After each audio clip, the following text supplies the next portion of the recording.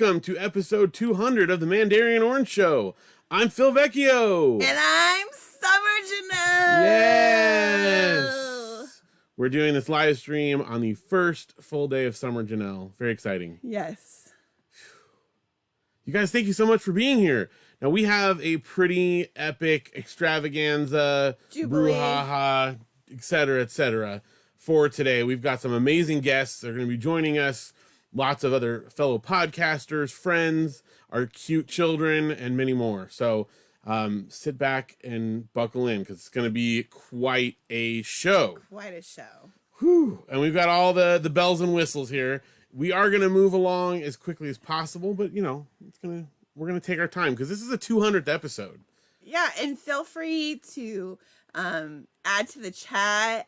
Let us know where you're watching from, and any interactions are much appreciated. That's right. We'll be reading comments and questions in between interviews. So please put those in there, and then, we'll check in between the different guests to see if anyone has made any comments or anything. So I think without further ado, we need to get to our first segment. You agree? Let's do it. All right. Up first is the news. And now the news.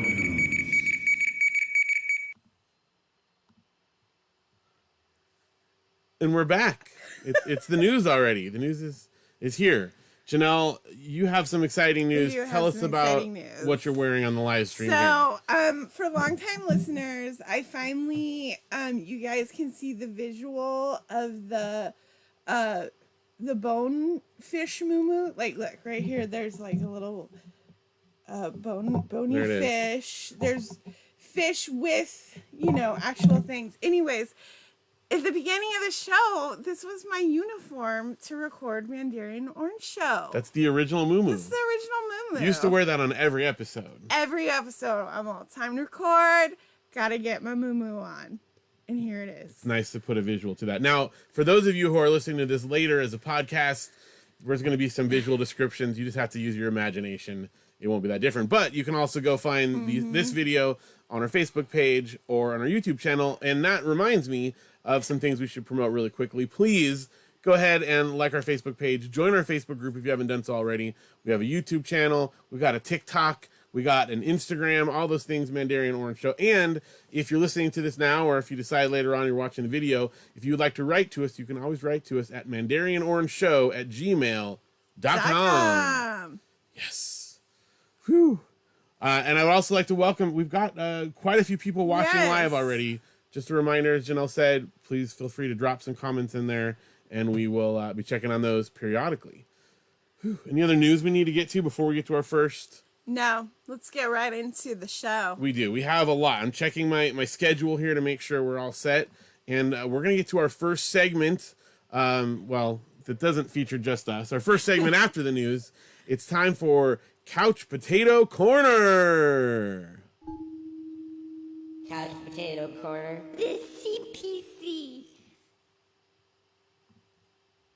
And we are here with my very special co-host from the Alex P. Keaton is My Friend podcast, Keith.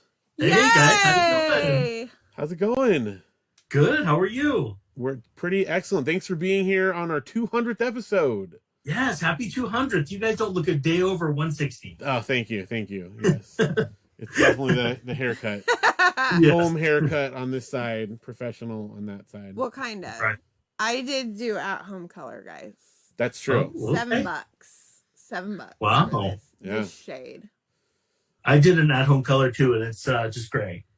All the kids. Been working on that for a few years, have you? Yeah. The kids have really helped me with this one. Yeah. Yeah. I got my chipped teeth fixed today. You did? Yeah, like 20 years ago. Show them off. Oh, wow. Can't really tell. 20 probably. years ago, I chipped the front. Well, I chipped one of my teeth because I chipped it on a bottle. And then at like listener of the show, Aaron's house. So yeah, I chipped it on a bottle at his house. And then in 2009, I passed out at a Rubio's and I chipped my tooth on the concrete. So both of them. You went all the way down to the ground? Yeah. like a tree. Yeah. Oh, wow. Like, you were at Comic-Con. I was out of town. I was like 2 hours away. Phil was at Comic-Con. I went to Rubio's with a friend. Audrey was like 8 months old. In a stroller.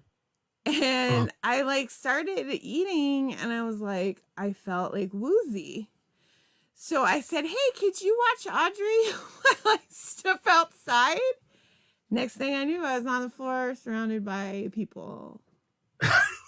And so I got a call from the friend and she was like panicking and she's like, Janelle passed out and she's in the ambulance and I don't know how to fold up the stroller. Know how to fold up the stroller. And I like Audrey was like, you know, just starting like solid food. She was like exclusively breastfed. Like, so she was like, and she was like this young girl I was mentoring.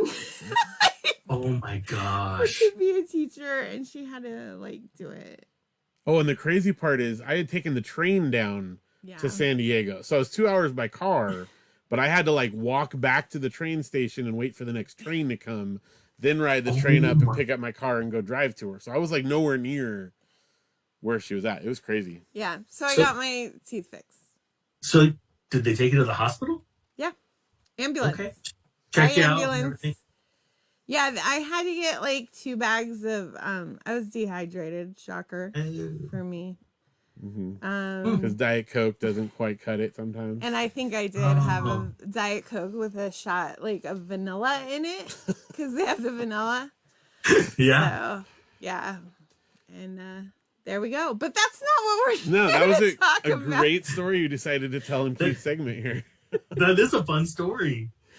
So Keith, tell us a little bit about the podcast that you co-host with me. I know everyone here listens, but just in case. It's a really great show, and we watch Family Ties, and we're watching it in order, and every episode we do a recap. Yes, we do. And it's amazing. We've got Ellen, we've got Skippy, we've got Scott Valentine. He's Nick. in there. Nick. Yeah. Yes, it's been so much fun. And we're coming up. We'll be hitting our 100th episode later this year. Oh. So we're getting there. We are also taking a little bit of a well, that's hard to say. A little bit of a hiatus. And much like we are with Mandarian Orange Show over the summer, but we'll be picking it up again like in the late summer, early fall-ish. Whatever August is. I don't know. Yeah, who knows? I don't know. But it's super fun, and I'm super glad that you asked me to join the team here a couple seasons back. And, you know, we're just cruising right along, enjoying the show. And, you know, it's my first time watching it. So, Which is super fun. Yeah, it's been so much fun. Like you have the experience. That's right. You're the You got novice. the fresh eyes. That's right. It's Oh, yeah. fantastic. It is. It is. Such a good show. So since we do a podcast about a TV show, I figured it'd be fun to have you come on this show and talk about TV in our Couch Potato Corner segment. And you were just telling us a moment ago that you have recently watched a TV show. What did you watch? We watched Abbott Elementary season 1. Oh, yeah. Love that show. It was so good. Really good, right? Yes, yeah. So it was just one of those things. I heard you guys talk about it, and I heard some other people talk about it. So we turned it on, watched episode 1, and next thing you know, we were 6 episodes in. So good. I'm so glad it hit because there's been people who've tried to do teaching comedies, and this one just hits. It's the one. It feels the most like real, right? Yeah, they get it. They obviously have people who have been teachers as writers, and they get the gist of it. Oh, yeah. It was awesome. We loved it. I mean, we watched all 13 episodes in 1 week. So, yeah. It's so good. I was like, when we got to 13, I'm like, wait, that's the end? But I wanted more. Right? Give me 10, 12 more. I know. So sad. No. Well, so I don't watch a lot of TV besides, Family Ties. So it was really fun that when you said, hey, what do you think about this? I actually had watched the show. You had TV. That's right. Well, we also finally watched The Adam Project. It's not really TV as much as it's like a Netflix movie, but okay. Yeah. But we not watched it. Was it good? Yeah, I really liked it. It was good. That's one of Ryan Reynolds? Yep. Okay, yes, we saw the trailer for that. I think it's on our list. We have a very long list. Okay. Yeah. See, I get in front of the TV when I do have a chance, and I'm just like, I don't even know what to watch. There's too many things. Just It's combing through that overwhelming. list. I know it's bad. Speaking of which, we had 2 amazing shows this week. Well, yeah, that's right. Like a bunch of new stuff came out. By the time this goes out, though, it's going to be a little bit after that, so keep this in mind. But very recently, the new Obi-Wan TV show on Disney Plus, really good. We're not going to spoil anything. No, we're not even going to talk about it. But really good. Like, wow. Yeah, like wow. So I'm holding off on that one because I hate, like, I'm so excited for the show. I watch it and then I'm sad to wait a week. You don't want to wait again. I'm just going to give myself a couple episodes build up and then I'll go in. That's good. You got to let it buffer. Yeah, exactly. So you haven't, like, seen anything? Well, I've seen all the trailers and I saw there was a video from Ewan McGregor that came out, I believe today, as we're recording this, talking about some bullying of one of the cast members. Yeah. Seems that happens a lot in, well, not just Star Wars fandom, but whenever people are real passionate about something, they can be real jerks about it too. Yes. So instead of being excited for something new. Right. So try to be on the other end of that. Be passionate and positive. Yes. If you don't like it's watch okay. something else. Yeah. Yeah. No one's going to make you. Yeah. No. And that cast member is phenomenal. Yeah. And she's great. Not deserve any negative talk. Well, that's what Ewan said too. So you echoed his sentiments. So right. me and you. That's right. Yeah. We're basically best friends. Right. Yeah. And then what was the second show you were going to mention? So we just started last night and I stayed up way too late. But oh well. Yeah. It's a little tired. We started Stranger Things season 4. Yeah. Season 4, yes. Oh, again, we won't spoil anything. I do want to say that I am blown away every season how it can be so fresh. They introduce, new characters that you enjoy. Like, but keep the old. It's like make new friends, but keep the old. Make new cast members, but keep the old. One is silver and the other gold. Man. Or in the upside down. Hey, show them that box that's right over there. Careful not to yank the cords or anything. Okay, we're going to show you something here, Keith. Okay, Wait, I'm excited. No, it's leaning up against the couch right there. It's tall. It's a big, tall black box. I thought you were talking about the right there. puzzle. Right there. Careful, don't slide it. Oh my gosh. Oh. Look at this. Turn it around the other way. It's upside down. Oh, upside down. What? Wait, go down here. Lego. Oh, look at that. Nice. The upside down. Yeah, it's pretty We cool. haven't done it yet. Is that like Winona Ryder's house? Yes. On the top? Yeah, it's got And like the upside down. It's got the letters. Yeah, here, like hold it up one more time. Okay. So it's got, I'm gonna angle it here. So on the top, it's got the house here, and then on the bottom, it's like in the upside down, and the whole set flips. Oh, how cool is So that? now you're in the upside down. Oh, Yeah. nice. I even like the little monster. And if you look real close, you can see like the letters here, like where she did the Christmas lights. Oh, yeah. Yeah. Oh, That's good going to be stuff. fun. That's gonna be a good one. That's our present. Our mommy daddy present. Yeah. Nice. Like we've had that for a little while. But Yeah. not yet. Yeah. Well, you're saving it for the right day. That's right. Which is going to be summer. We got now. it to do, during quarantine. Oh, okay. Yeah. We bought a lot of Legos during quarantine. I'm pretty sure we kept them in business. Yeah, they didn't suffer. It's funny because Aiden actually has been super excited to put Lego together again. And so he got an X-Wing fighter, a TIE fighter. He's looking at the Imperial Cruiser. So all the good Star Wars ones. Oh, yeah. Now that he's got his own money, he's just living his best life. That's right. Oh, man, I remember having my own money. too. Like, that was a weird feeling when you're like, I can just buy something if I want to. Right. Yeah.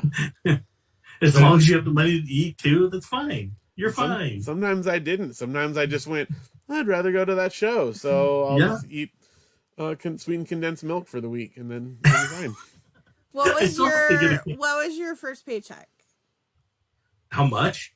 Where? Like, where did you work when you got your first? I worked paycheck? at First American Title Company in San Bernardino. Was That's my very so first good. Wow. Yeah. I was a mail carrier. Oh. Well, Like I would go pull files and then put them in the to-go box, from the warehouse all the way up to the main office building. Okay. Phil? Mine was at Pine Summit Christian Camp in Big Bear. I was a sound guy. I was trained to do it in like a whirlwind weekend.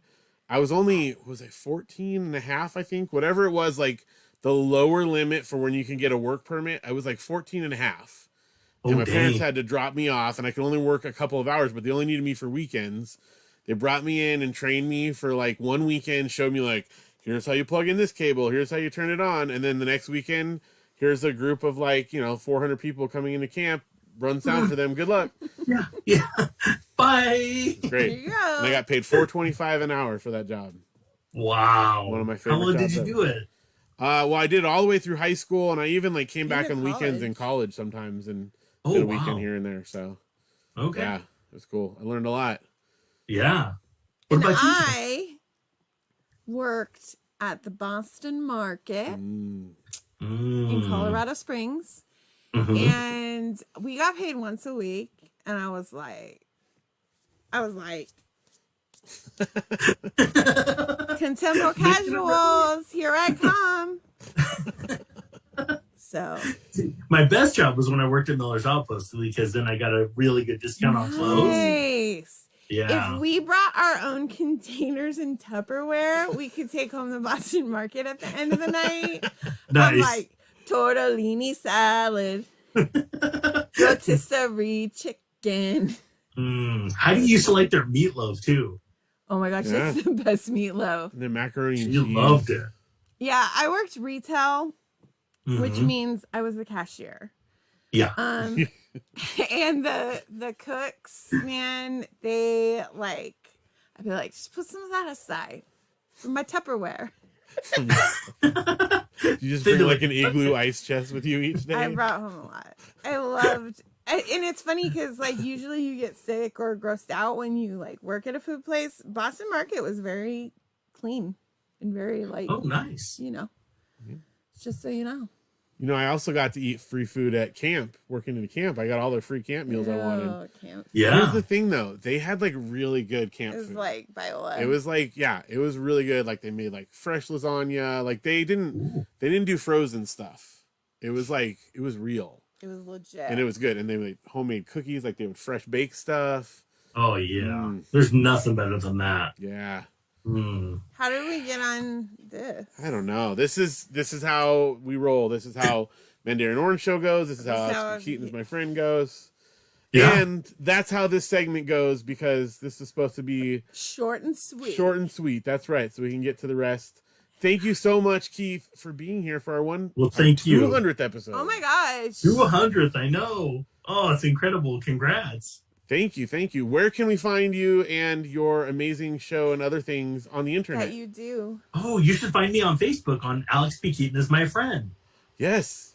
You can also find me in the group of Alex P. Keaton is my friend. That's a good place to And you can always email me at alexpkeatonismyfriend@gmail.com. Yes. That's excellent. It's a good place to reach out to Keith.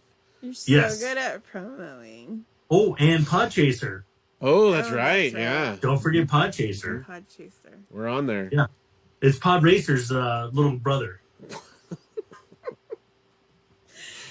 Oh. That's good. All Also right. is back to Star Wars. I know. That's the thing. I mean, to bring it full circle to TV before we leave real quick. Yes. That's the amazing thing about this Obi-Wan is I am not a fan of the prequels, and it's mostly based on stuff It's that happens in the very prequels, and it's excellent. Oh, wow. So that is a testament to the writing and the performances and everything. It's really, really good. Well, I had was like, rewatched when the they were prequels. showing all the prequel, I was like, but then. You rewatched them recently? And there's very, very slow and terrible parts, but it's not terrible overall. Okay.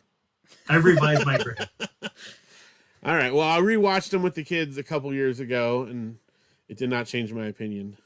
All right. Well, maybe you just got to get a little bit older. I guess a little so. more nostalgic. I guess so. I don't know. We'll see. But they're moving forward in a great direction, and I'm happy about that.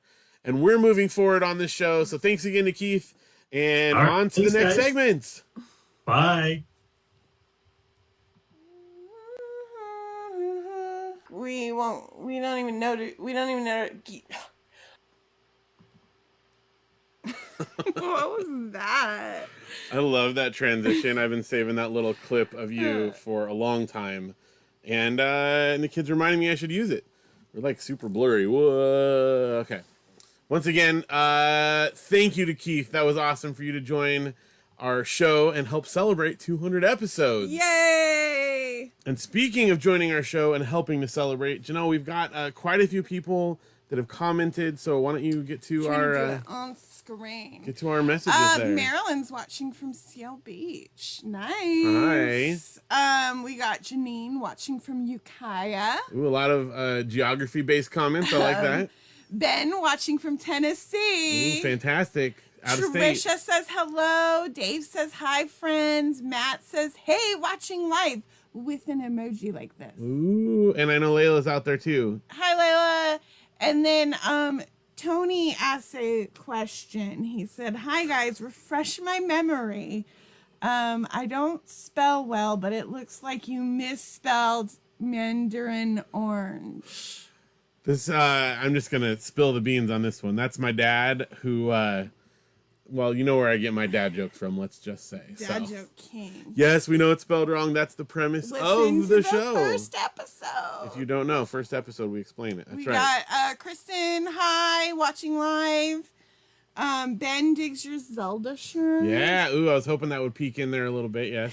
And the kids, Luke and Audrey, are watching from the couch. Watching from that the we couch. record on. Oh, and we got one more. And Melissa says, hi, love you. Hi, everyone. Thank you guys so much for watching. Yay. It's awesome to have you guys all here live with us in the Mandarian Orange studio. We've got a lot of other stuff, and I noticed that we got some messages on there from Dave and Kristen, and that brings us to our next segment. So we sat down with some other fantastic people and did another segment. So it's time now. We're going to go to Fiction Books. You like fiction books? Fiction books is one of my favorite kinds of books. Do you like fiction? Like it? I try to love it. That's crazy. I've never met anyone else who likes fiction. And we are here on our Fiction Book segment to talk with the Champas, better known as the Call Me Cordelia crew. How you guys doing? Oh, we're good. Fantastic. Happy Thanks for having us. here. Yay. It's so cool of you guys to do this. Right off the bat, I want everyone to know about you guys and your podcast. Please tell us really quickly about Call Me Cordelia. What do you guys do on your show? Yeah, absolutely. Kristen, do you want to... I know this. I ask you this every once in a while on the show, and you do this. You make that face. Yes, I'll tell. Go ahead. So, a number of years ago, how many? We started the show in 2018, I think. 2018. Dave said, I think we should do a podcast together. And I said, what do both of us know enough about or could care enough about that we could do a podcast on? And I said, the only thing I care enough about to talk about for multiple episodes is Anne of Green Gables. And he said, we could do that. Done. And so Call Me Cordelia was born. So we talk about the original miniseries. We talk about Road to Avonlea. We talk about the books occasionally. Yep. We take trips to Prince Edward Island. Yeah. We talk about all things Avonlea and Anne. And you guys have a trip coming up soon to Prince Edward Island. We do in about a month, 3 weeks. June 26th we leave. That's so exciting. And this is your second trip since doing the show, right? Is that correct? Second trip. We went back May of 2019, I think. Yeah. And we have a great little group of listeners that we have a fun listens to us over and over again. What I appreciate about our listeners is that they understand our style of we're not big on the deep dive into the episodes. We also are not precious. You know what I mean? So, no. Sometimes you think of people who love Anne of Green Gables, sometimes there's a stereotype that pops into your mind and we do not fit the mold. So, we love doing our podcast, and we are on episode what, Dave? 137, I think. 137. Yeah. awesome. Nice. Yeah. Absolutely. You've almost caught up to us, and we've been doing our podcast since 2016. Yeah. Well, we have slowed down considerabally in the past. You're in those Yeah. years, like we were. Yeah. I remember that Like, stage when it first hit. Yeah, we'll be sitting like having our coffee on a Saturday morning, and it'd be like, we should watch the episode right now, and then an hour will go by, and I'm cutting the grass or what? And it's like, oh, we didn't watch the episode. We should probably do that soon. You know. Yes. Yeah. But, yeah. So it's a We little slower of a understand. burn these days, but we're still in it. Yep. That's right. And we were guests way back in 2018 on your Yeah. show. We actually came to your house in Maine. We were total strangers. Yes. And it all worked out. I know. It was one of our we call it a wild hair. I was saying, I told these guys, just don't be murderers. Like, Yeah. Right. you can come to our house and we can be friends, but don't murder us. We promised not to murder We you promised guys. not to murder you. And we didn't. And we They didn't. didn't. And had we a didn't good murder show. them either, which was, Yeah. it worked out great. In this basement of like the weird basement, yeah. Yeah. They told us, leave our kids upstairs and come down into this basement with us. Everything is cool. Don't worry. And it was. We have a switch. Everything will be fine for an Yeah. hour. That's how we knew it was okay. You played Nintendo stuff, and I'm like, oh, well, they can't be bad. Right. Exactly. Yeah. And so, anyways, our long distance friendship was born, and we always feel like we have kindred spirit. Am I saying that right? Yeah. You did it. Yeah. Kindred. Not spearmint. Spirit, right? Kindred spirits out in Maine. It's so great. Absolutely. We call ourselves the East Coast Phil and Janelle. Yes. Yes. And they're we're the West Coast. That's right. Yeah. Dave and Kristen. So when we see you guys, because we follow each other on social media and all that, all the time Janelle will be like, "Oh, look what the Champions did. That's something we would totally do." You know? Yeah. I'm Love like, I feel, it's just, I feel a connection to you guys, even though we're far apart.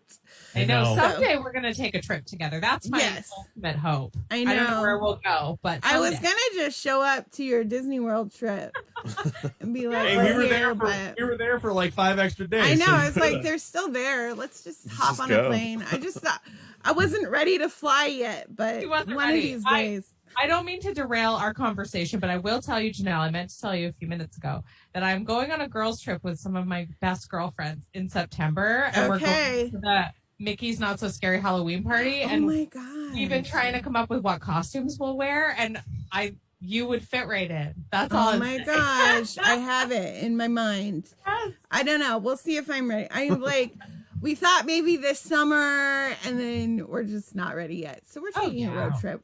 But Awesome. Which is a great. we're supposed to be talking about books. Yeah. That's So, good. That's good.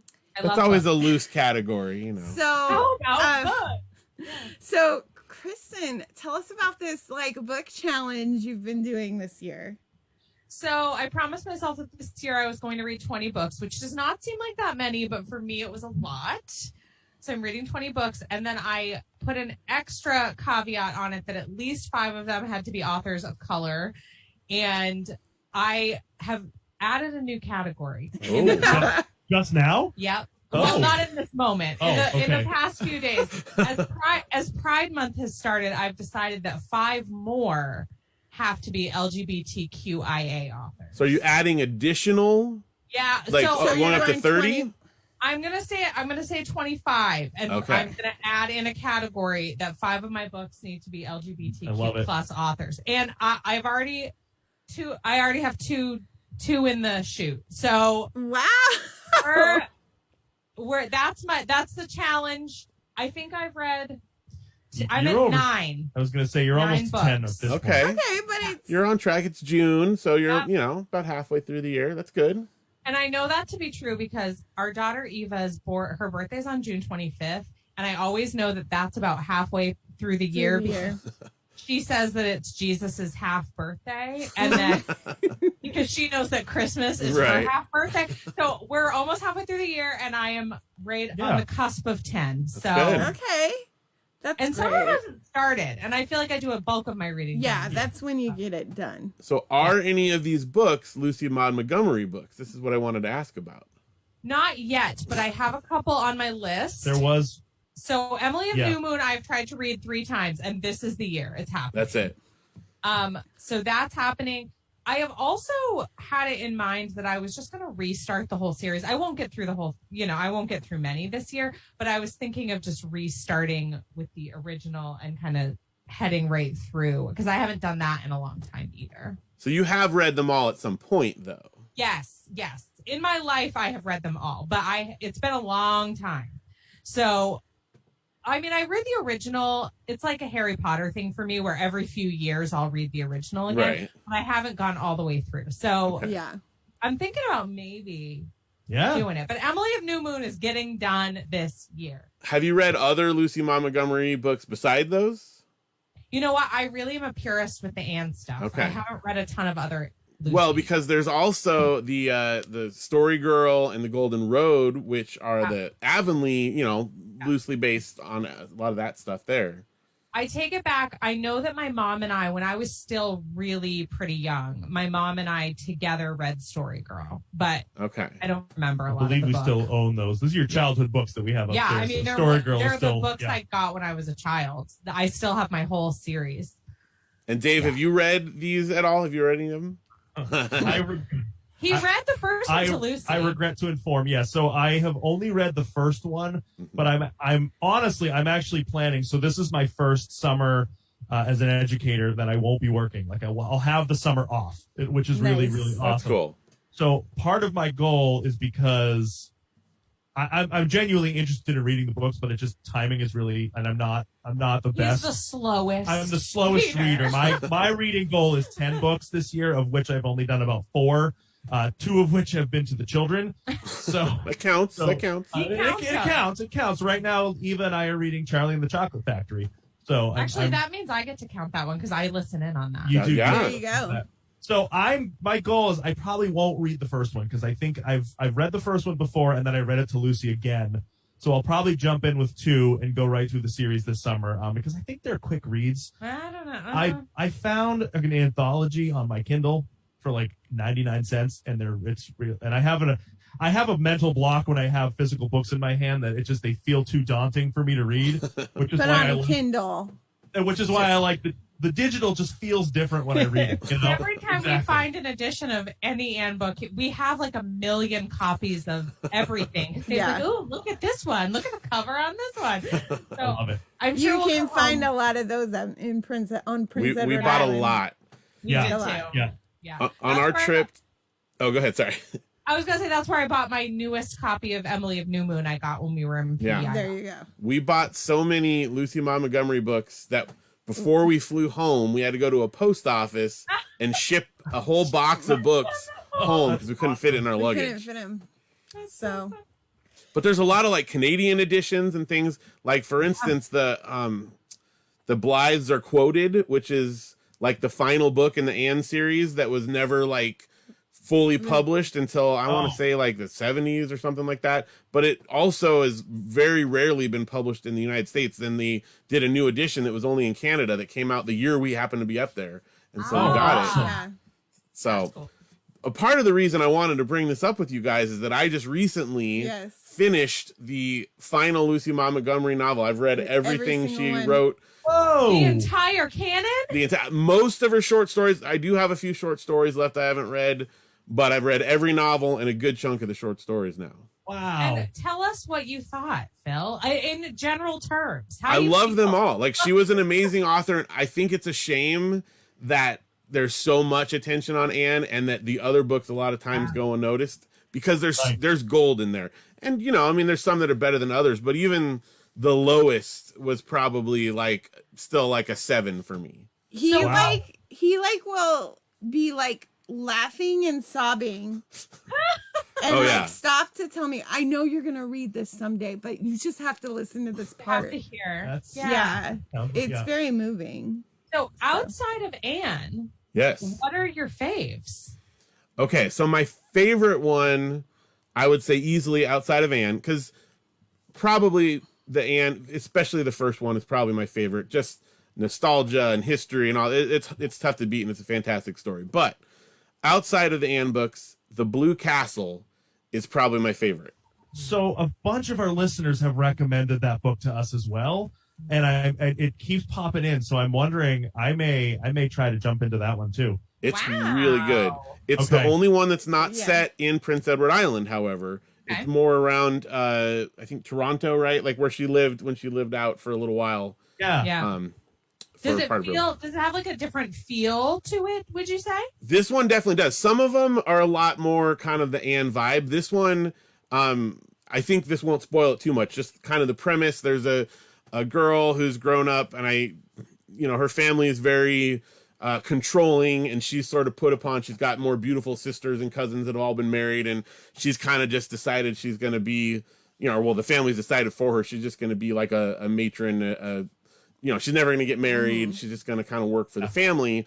And one day she goes and she goes to the doctor, and this will sound familiar for a lot of like modern moviegoers even. There's a mix-up with her diagnosis, and he tells her she only has like a month to live. Dun, dun, dun. Oh, wow. And so she like decides like, I only have a month to live. I'm going for it. And she starts living life to the fullest.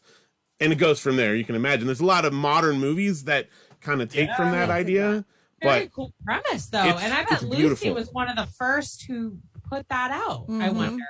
I mean, it felt like it. It felt very She's very fresh. cutting edge just from what you've And it's great. It's a really good story. And that one's just a standalone. There's others that have, a sequel or two. But now I feel like I've got to. We should find. I gotta find shimmy that one into the lineup. Yeah, it's real good.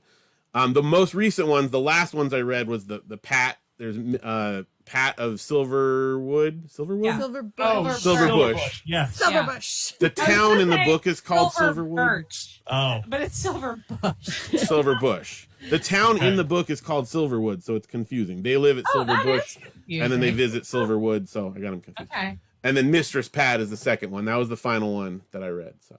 Oh, that's awesome. And when you go to Prince Edward Island, isn't there a place? Yeah, there's one of the places you can visit is where the Pat of Silverbush was based on. Oh, wow. Is it by the same name? Do you think the place? Isn't it the I can't remember the name. There's a Lucy Maud Montgomery museum there. It's one of her friends. Oh, we've been there. It has like there's a big barn, and it says Anne Green Gables or something like that. Yeah, that's where and there's the pond down below it. Okay. Yeah, we've been there. And I'm not going to go too far down this rabbit hole. The lady who works there, she is eccentric. Remember? Yes. She was a doll. It was a great day. We met some fantastic workers at some of those places as well. Yeah. When we went to one of them, our son, it was real warm when we were there. They were having a heat wave. Yeah, what Celsius? I don't know. They're like, it's 30 degrees today. It's so hot. I'm like, oh, is that hot? I don't know. Oh, right. Sure. But so it's real warm, and no one up there has air conditioning because they're not used to it being that way. So it's real warm. And we went to this one museum, and the lady was giving us her spiel, and I found it interesting. But the kids, I think were maybe tuning out a little bit. And all of a sudden, like our son, laid down on the floor, and I was like. He sighed really loud. Yeah, he did a big sigh, and it's very out of character for him. They're very polite, to a fault. And I'm like, Luke. Yeah. And I looked down, and he didn't lay down. He passed out, dropped to the floor. Oh. And we were like, oh my gosh! And so we panicked and start, 30 degrees. Pick him up. It's hot, and we where's the restroom so we can go get some water for him and everything. We're running outside. And as we're running outside, the lady's like, "Don't forget where we left off, so I can finish my story." Oh no, that's exactly what we've been thinking about this whole time. That's totally my concern right now. Probably the same lady. It sounds like. I think it probably was. Wow, poor Luke. I know he did okay. We got him. He was just tired, hot, and maybe probably didn't have enough water. But I am prone to passing out, so it's also genetic. Yeah. So, okay. But poor little guy. We're like, Luke, how? I know. Oh, you're like, don't do that. We quickly realized he had passed out. So, yeah. Oh boy. And then the other, for Prince Edward Island, I know we're talking about fiction books, but it all is connected. Janelle loves to change the subject off of fiction books. That's her thing. He loves to make fun of me for this. You all gotta go to Cow's Ice Cream. Yeah. Yes. Okay. That'll be open this time. It wasn't open last time. That's right. And get a fruit flavored one because they put like full on. Yeah, like the peach, I think it was. Full That we on really peach liked. chunks, blueberry chunks. Okay. Yeah. And then if you guys could go to the haunted house down by the train station, our kids were too scared to go in it. It looked amazing. Oh, Dave I'm in. 100%. Like one of those old school haunted house attraction type things. And now that my mom's going to be here, if they don't want to go, Dave and I'll just go. Right. Yeah. It was by the Kensington train station. There's one of my favorite pictures I took was me in front of that sign when we went up there. So we know where that is. Okay, I know exactly where that is. It's like walking distance. Like we were just kind of wandering around from the train station and it's right over there. It looked incredible and the kids were a little scared. It looks like real cheesy, but I love that. Like an old carnival type.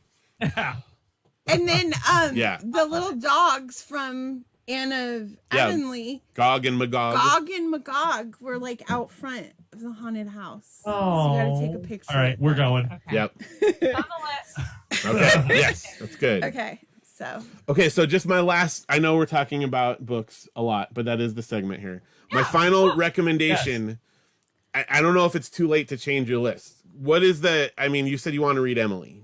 Well, it's my list, so I can do whatever I want. What? Well, Go ahead. my only thing is this. The Emily, there's 3 books in the series. To get the whole story, you want to read them.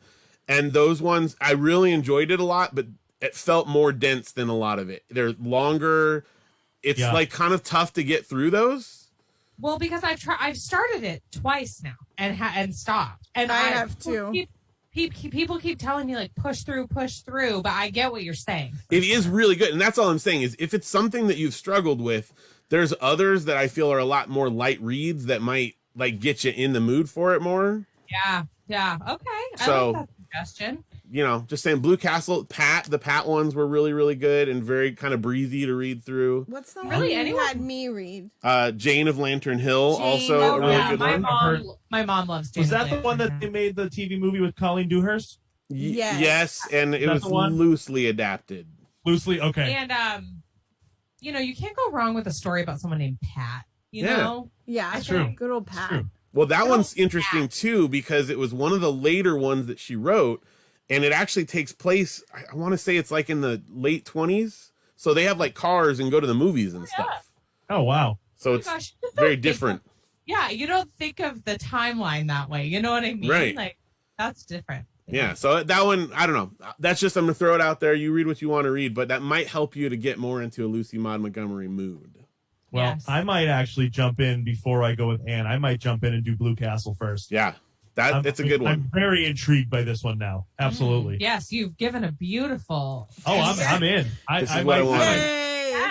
might start it tonight. Who knows? I might yes. I told you now. I'm going to get it right now. I told you now. I'm going to get the Champas to read more Lucy Maud Montgomery if it's the last thing I do. So that's what this whole thing was about, really. And maybe we'll do a bonus. Maybe we'll do a bonus episode on the Blue Castle. Oh my gosh. We'll expand all things Avonlea to all things Avonlea and Ellen Montgomery. Yeah. There you go. I think it goes without saying. Yes. You know? Absolutely. And if you guys read the Blue Castle, I'll read the Blue Castle. Oh. And we can all discuss We'll it. inspire each other. Yes. Let's do it. We'll do another collaboration episode. I love it. I have one book on deck right now, but I'm finishing up a one that's taking me a little bit of time. Once I finish that one, I've got one on deck, and then we'll do. And then we're there. Then we're there. Maybe I could get Eva into that for the next book. Well, I don't know. Is it kid friendly? It's probably not. Probably not. It's not like, anything that would be inappropriate would go over her head, but it's a little more. There's more like adult romance and interest. Yeah. More of a mature story. I read the Lord of the Rings trilogy to Lucy as a then 10-year-old. Well, that's because Dave wanted to read it, and Lucy was just drifting off to sleep. She'd fall asleep. You would fall asleep 3 pages in, and then I'd continue reading for like 40 extra minutes. I'm reading to her. Just so I could get through it. I know. But it would be, I don't know. It might have just a more, I don't think it's wildly inappropriate, but it might not be the most interest. If you wanted to do a good kid one, I would say the Pat ones, at least the first one is like a lot of her growing up. So she's a lot younger.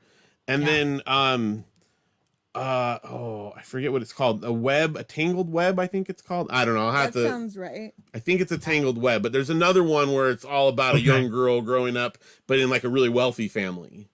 And that one's interesting too. So, if you wanted, I think it helps a lot of times for kids to have like a kid they can identify in the story when you're reading. Absolutely. Phil, when did you begin this crusade? Well, I mean, I started reading Anne books like in probably junior high is when I first read Anne of Green Gables. Right. I had read the whole series up until book 7 by high school. Yeah. And then, I've read a few here and there off and on. And then, I don't know, when it was probably about like 8 or 9 years ago, I just kind of got more excited about it. Janelle was interested in the movies. She made me watch the movies. Anne of Green Gables fan. I watched the entire Avonlea series as it aired. I was like, Monday nights, let's do it. So I was hugely into it. I've read the Anne of Green Gables books, and I think just watching all the movies and everything got you. I'm going to just say it wrong, a very ferocious reader. You're going to say it exactly Janelle way. That's perfect. What's the word? Are you thinking voracious? Voracious. Yeah. He's a very ferocious reader. Yeah, he is ferocious. Ferocious, yeah. I like that. He will put away books like no other. So correction, I read books. I rarely put them away. I'm looking around this room that we're in. This room we're in, it has books. You can't see it, but I don't put them away very well. And he is hands-on. Like, you will never catch him with a Kindle. I like a physical book. I have tried so much to do that, but I just something about the physical. I can't read off a Kindle. I don't want to. How do you smell the paper on a Kindle? I don't understand. So these books right behind us, right over here, these are all these books. They smell so good. They're so old. Yeah. It's like 50 copies of the Star Trek, the original series. Oh. Book right behind me. They're so old and they smell so good. I am also, this isn't part of any of my challenge for myself, but I do get most of my books out of the library. Oh, yeah. Oh, yeah. I only buy a small portion, or if people give me books, but we've been trying to be better because our house was overtaken. Mm-hmm. Our house is too. But I'm not trying. That's the problem. Which is a good thing to be overtaken with if you're going to be overtaken. Yeah. That's true. Yeah. Yeah. Well, I guess then if you have good old smelling books, you can hold one and sniff it while you're reading off your Kindle. That's exactly what I do that. All right. That works. Or we'll market a candle that's old book smell that he, like when you do the Christmas tree that you like. Yes. That's old what book smell. Do. That's good. Old book smell candle, and then he'll read from his candle. We need to manufacture this candle. Yeah. Got a good musty smell to it. The old book smell candle. And gas station. Gas station. Oh, yes. Gas station I smell. love the smell of a gas station. Oh, really? You know what, Janelle? Somebody for my birthday, somebody has marketed the smells of Disney, like churro and Dole Whip and all these different ones. And somebody gave me one for my birthday. It's our favorite candle. And I was thinking, what other smells, not non-Disney smells, that you like candle out of? An old book is a perfect one. Gas station. I'm with you on gas station. Yeah, it's weird. I went into the basement in our school the other day to get some stuff I stored in there, and they have gas canisters in there. I'm like, you're like, it smells so good in here. It's so weird. And my friend Trisha said the same thing. Really? So we're not. You're in the minority. It's a whole thing. So yeah. And I have those Disney candles too. I have Pirates of the Caribbean and Soarin' over and Haunted Mansion, right? And Haunted Mansion. I need to get the Soarin' one. Yeah. I didn't. Oh, we just don't have time right now. Remind me to tell you my story about Soarin' from our last Your trip. story is heartbreaking. Yeah, okay, I remember it.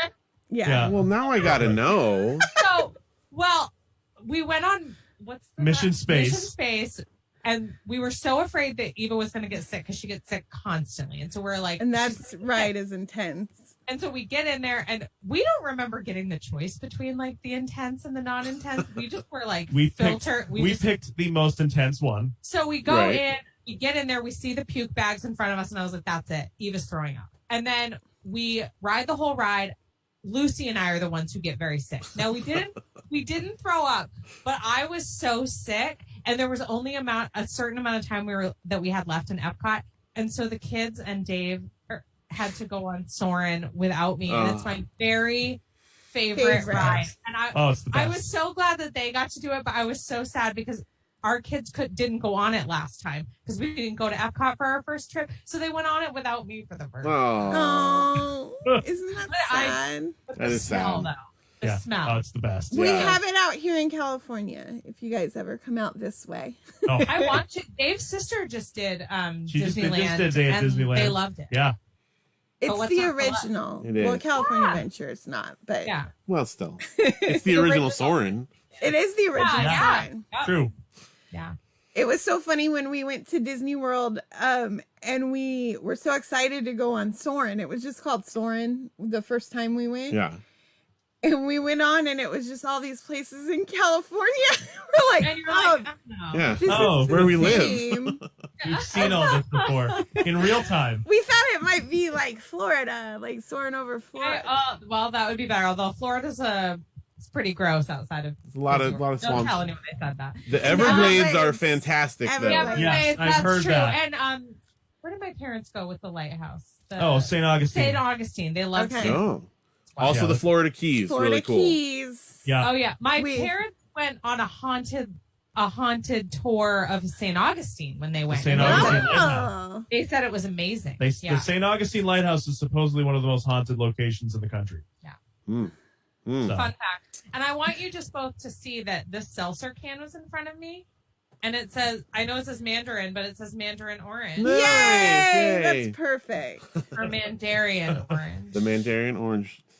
Well, Dave and Kristen, thank you so much for being here. Absolutely.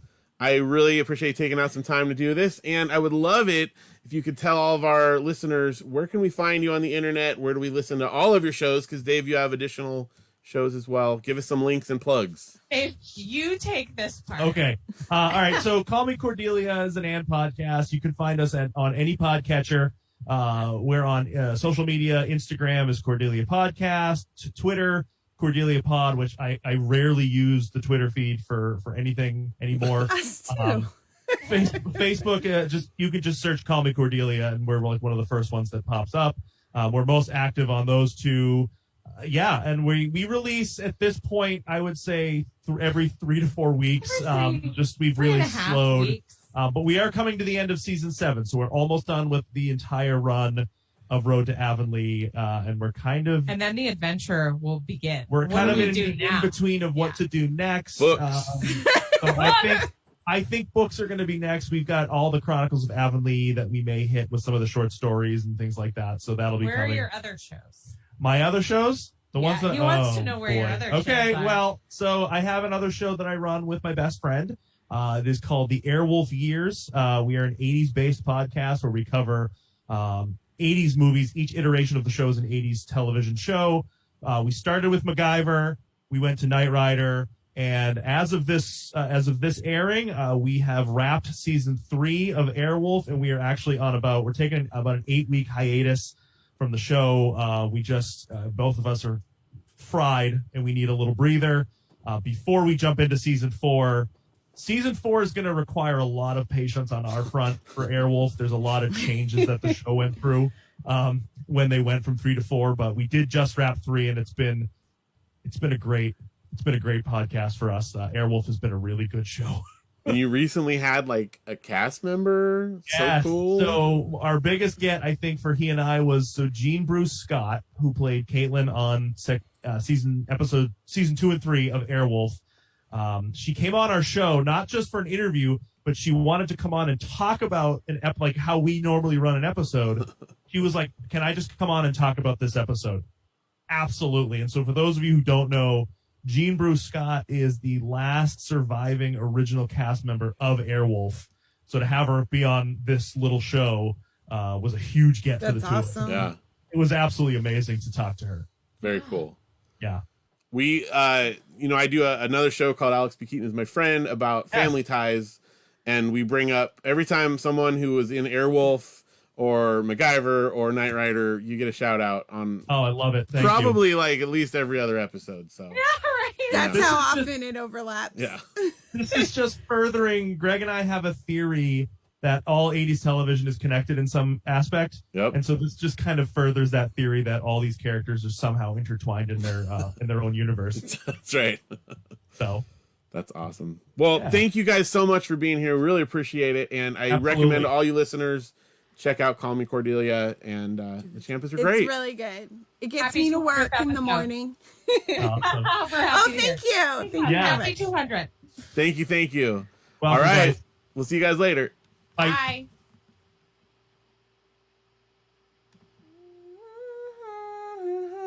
We don't even know.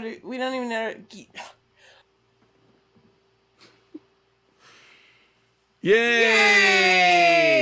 Champas. Oh man, we love the Champas. They're, like they said, the East Coast us, and we have had so much fun getting to be long distance friends with them and listen to their shows and stuff. So again, highly recommend checking out all of their stuff. And while we're in between segments here, we got a bunch of comments, people talking about stuff we talked about with the Champas. So Janelle, what do we got? Okay, so we've got Eric says congratulations on 200 episodes. Yay, from the thanks.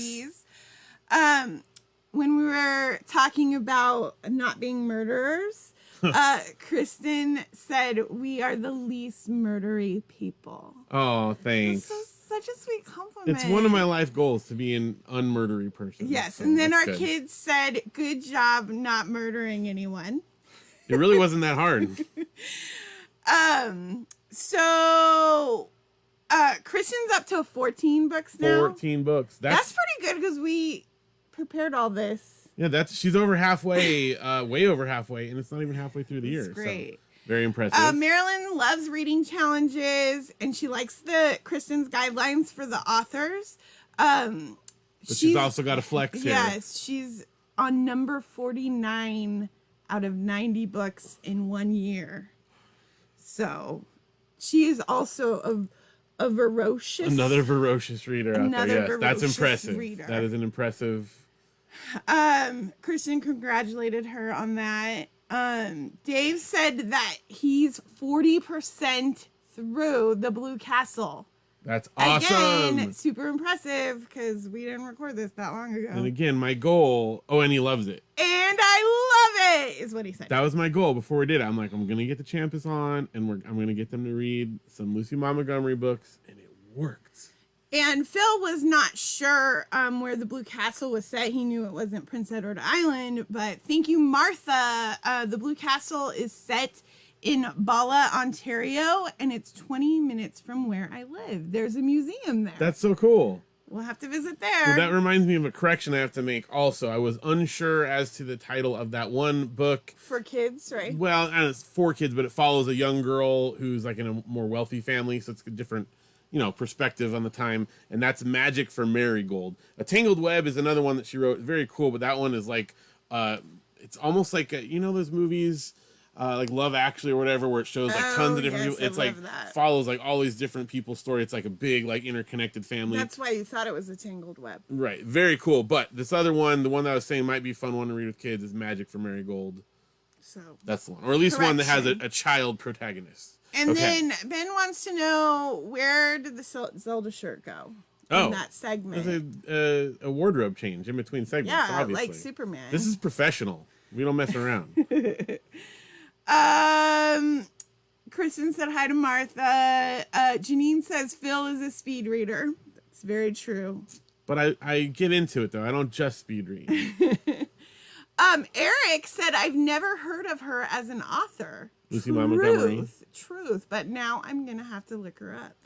And I would say, if you've never heard anything of her, Anne of Green Gables is a great place to start. It is a perfect story. It's perfect. We were talking like advanced, if you've already read all the Anne stuff, but start with Anne of Green Gables. Yeah. It's phenomenal. Yeah. Really is. And then the kids say that old book scent should be an air freshener. Okay. And Tony has some good information that you can also check out books on Libby to read on your phone or Kindle. It's free through the library. Plus no late fees. They just disappear when it's time to return them. That's good advice for Dave, who likes to read digitally. Yes. Excellent. Janine says that Soarin' is her favorite ride. Disneyland and California is epic. Agreed. Yeah, she loves going to the places in the world. And she also has a recommendation for digital reading, Tudor House Library. Oh, no. Sorry. This is about the candles. The candle. She said Tudor House Library scented candle from Mythologies is awesome. Oh, so in other words, someone beat you to market there. Because you guys were talking about the book flavored candles. Darn it, Kristen. We're supposed to go on business together. Whatever. Let's see. Oh, Kristen said that she loves us too, which is very sweet. Oh. Well, she said we love you. That was a collective from the Champas. So, yeah. Seriously, guys, check out Champa shows. They're great. And then Helen chimed in that she's read 58 out of 100 books for the year. Oh, my gosh. My gosh, all these ferocious readers. I don't count mine. I guess I should. But that's surprising. I have to, like, consciously not do things that require me to keep track and lists sometimes because I have to have some space where it's just free, you know. But both Marilyn and Helen have participated in various book-related challenges with me in the past, but we did it very differently. They did this fun thing where each person would take turns setting up a category, and then you'd have to send a picture of a book that you have that fit the category. And because we have so many books, I was rarely stumped. Let's put it that way. Yes. Awesome. All right. Woo! So, well, thank you to everyone who's still watching. Hanging in there. If you have more comments and all that kind of stuff, we'll again check in with you after the next segment. But we are ready for the next segment, yes? Yeah, let's do it. All right. Up next, we have another guest and we got another segment, and it is time for Game Night. Yes. It's Game Night. And we are here with the Game Master, Matt Vecchio. Hello. Hey, Matt. Thanks for having me. You look familiar. Yeah, no, that's because it's like looking in the mirror. I kind of look like There's twinsies, guys. I don't see it. I don't see it. I don't think our voices sound the same or whatever. But I think people you do sound the confuse us. same, and I think you look the same.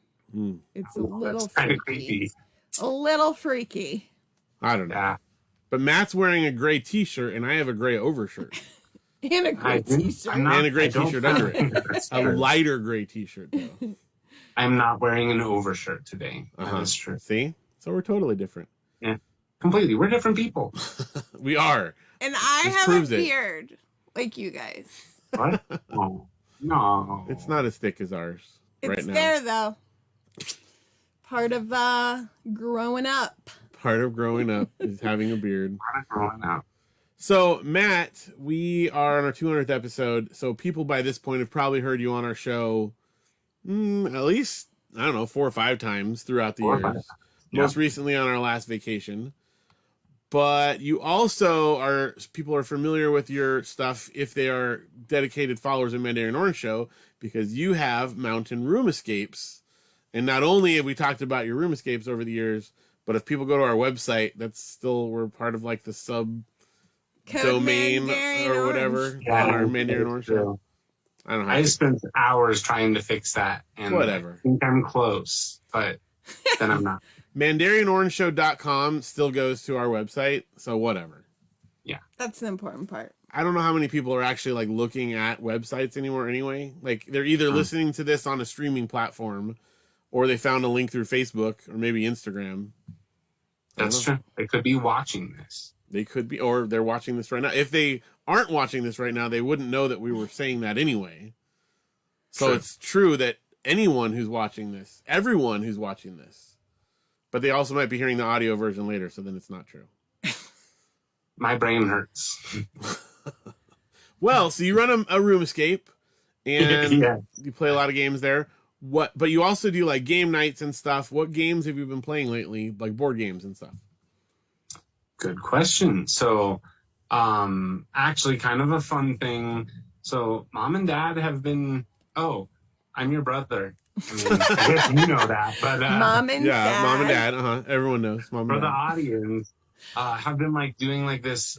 They're going through all of their board games and like getting rid of them and stuff. So just like 2 nights ago, we pulled out a bunch of games to play, and like we started getting them all set up and stuff. And there were a couple where like it was missing a piece, and they're like, all right, throw it away. And so they threw it away, and then we like tried another game. What is it? Any good games? What did they throw out? Oh, okay. The one was like Monopoly in reverse. You're trying to lose your money by gambling it away. Oh, that's that Go for Broke? Go for Broke. But that's from like when Mom was a kid, though. It is. And she threw it away. She threw it away. It was missing a lot of pieces. All right. So it threw that away. Okay. Did you play it? Like, was it fun, or they just threw it out without? No, it was missing enough pieces that like you really couldn't play it.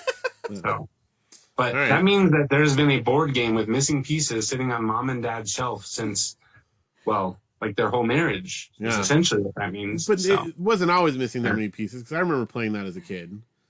But maybe over the years it lost a piece. Maybe it broke. Too. Maybe Go for Broke broke. Right.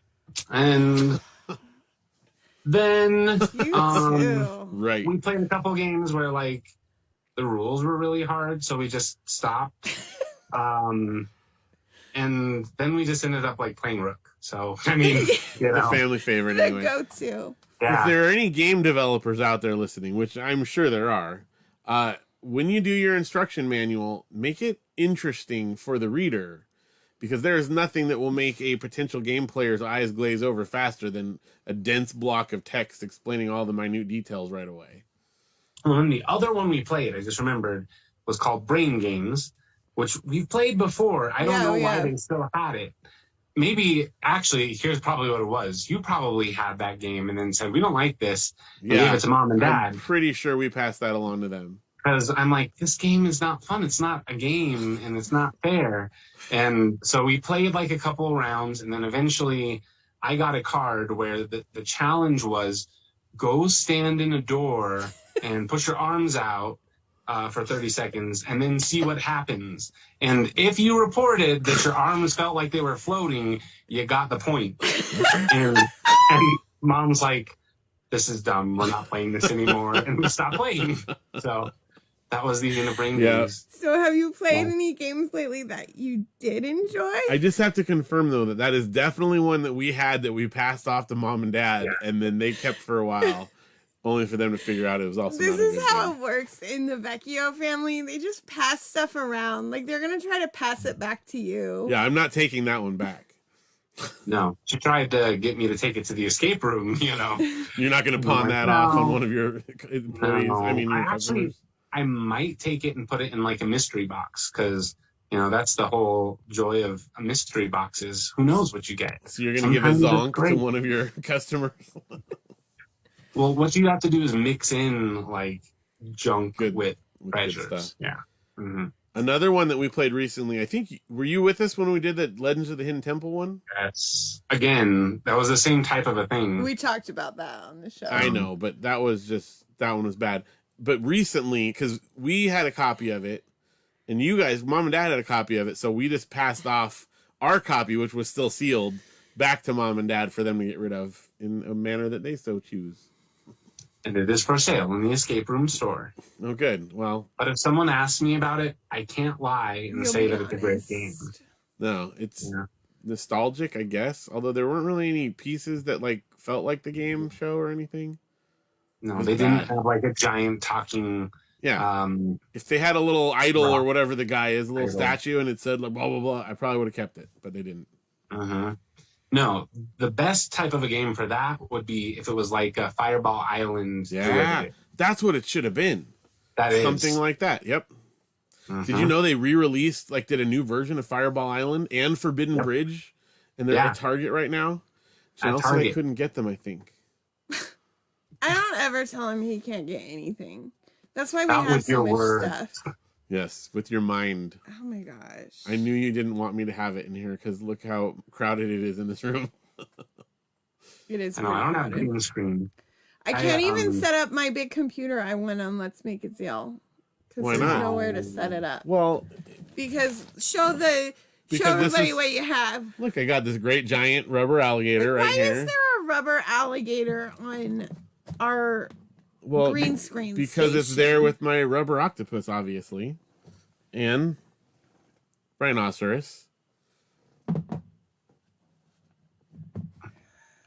and crab, Oh, I remember that crab. and tiny alligator. You forgot something. What? There's a special. Oh, I got treat. my Bob Dole Halloween mask here. Yeah. All on our desk, on top of a 1,500 piece puzzle. 7,500 piece. 7,500 piece puzzle of the New York skyline. This is supposed to be game night, not show off Phil's junk night. What happened? I'm not turning my camera around to show the horde that I am sitting in right now. That's right. So did you guys play any games that were actually fun? Yeah. Besides Rook? Yes. So, except you're gonna have to tell me what the game is called because I can't remember. Because it's just Spite and Malice, except it's like custom cards. Is Spite and Malice a card game? Yeah. Yeah. But I don't know. I don't remember what that one is. I can't remember. So we did that. I mean, I look it up? What else? We played a really cool word game. What was it?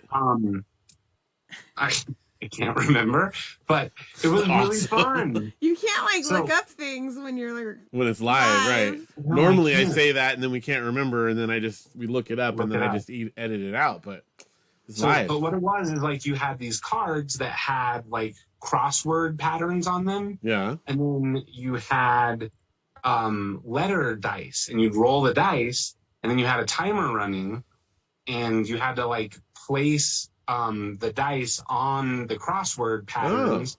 And then every one you got done, it was called frustration or something like that. concentration. Frustration or something like that. It was like you'll pull your hair out or something. Yeah. And then like every time you got a card, you got the points on the card. But if the timer went off before you finished a card, you lost all the points. Oh, okay. Yeah. That sounds fun. So there is a really fun game. I have no idea what it's called. It's called something, but something. It is called something. What So else we did they that. get rid of? Did they throw away others?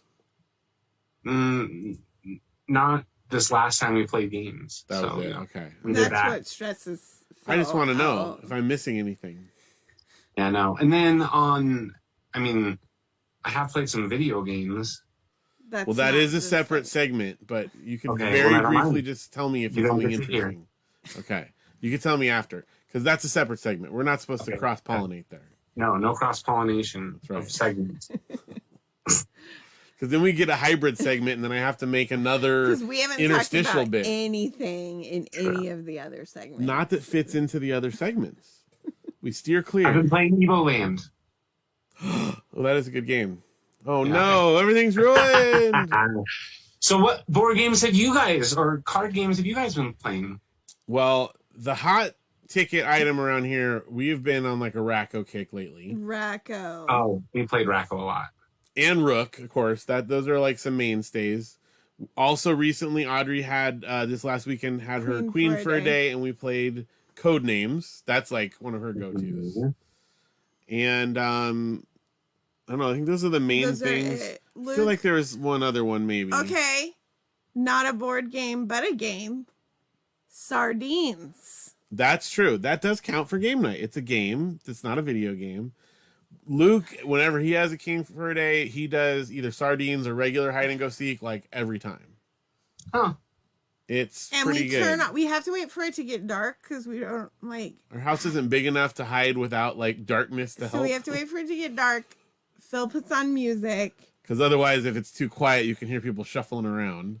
And True. then you've got to kind of like find the 15 spots that are available to hide in. Right. So we can yeah. only do a couple rounds before. Before they're all worn out. I mean, occasionally someone comes up with something creative.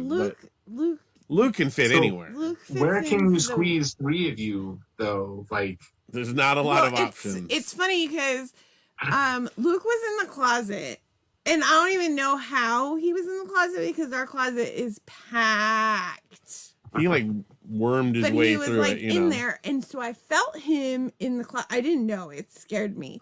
It made my heart skip a beat. But I felt his chest and his beating heart.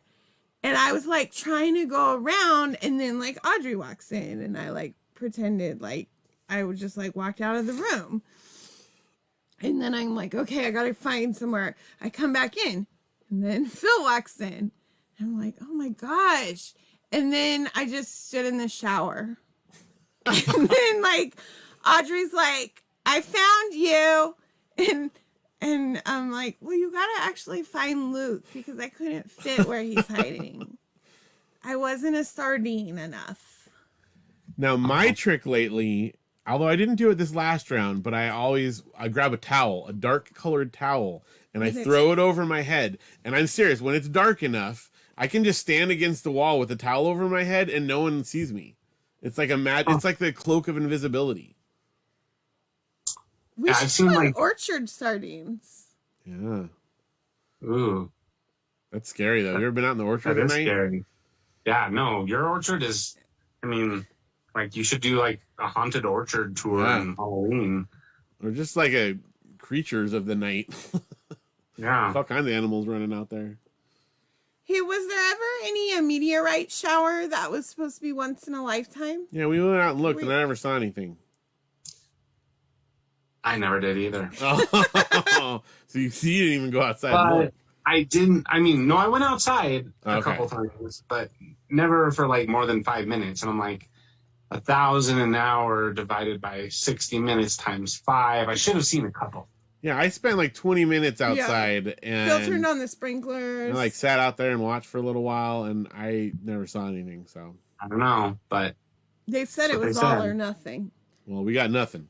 Oh, so they put a, what do you call that? A clause on it? I don't know. Yeah. The article this is either going to be a great meteor shower or it's not. Yeah, this is either very smart or very dumb. You sent me a TikTok and that lady was like, she kind of made it sound like it was definitely going to happen. But then when I read the articles about it, it said it might not happen. I feel like I could safely say that any night is a night where there could either be an incredible meteor shower or nothing.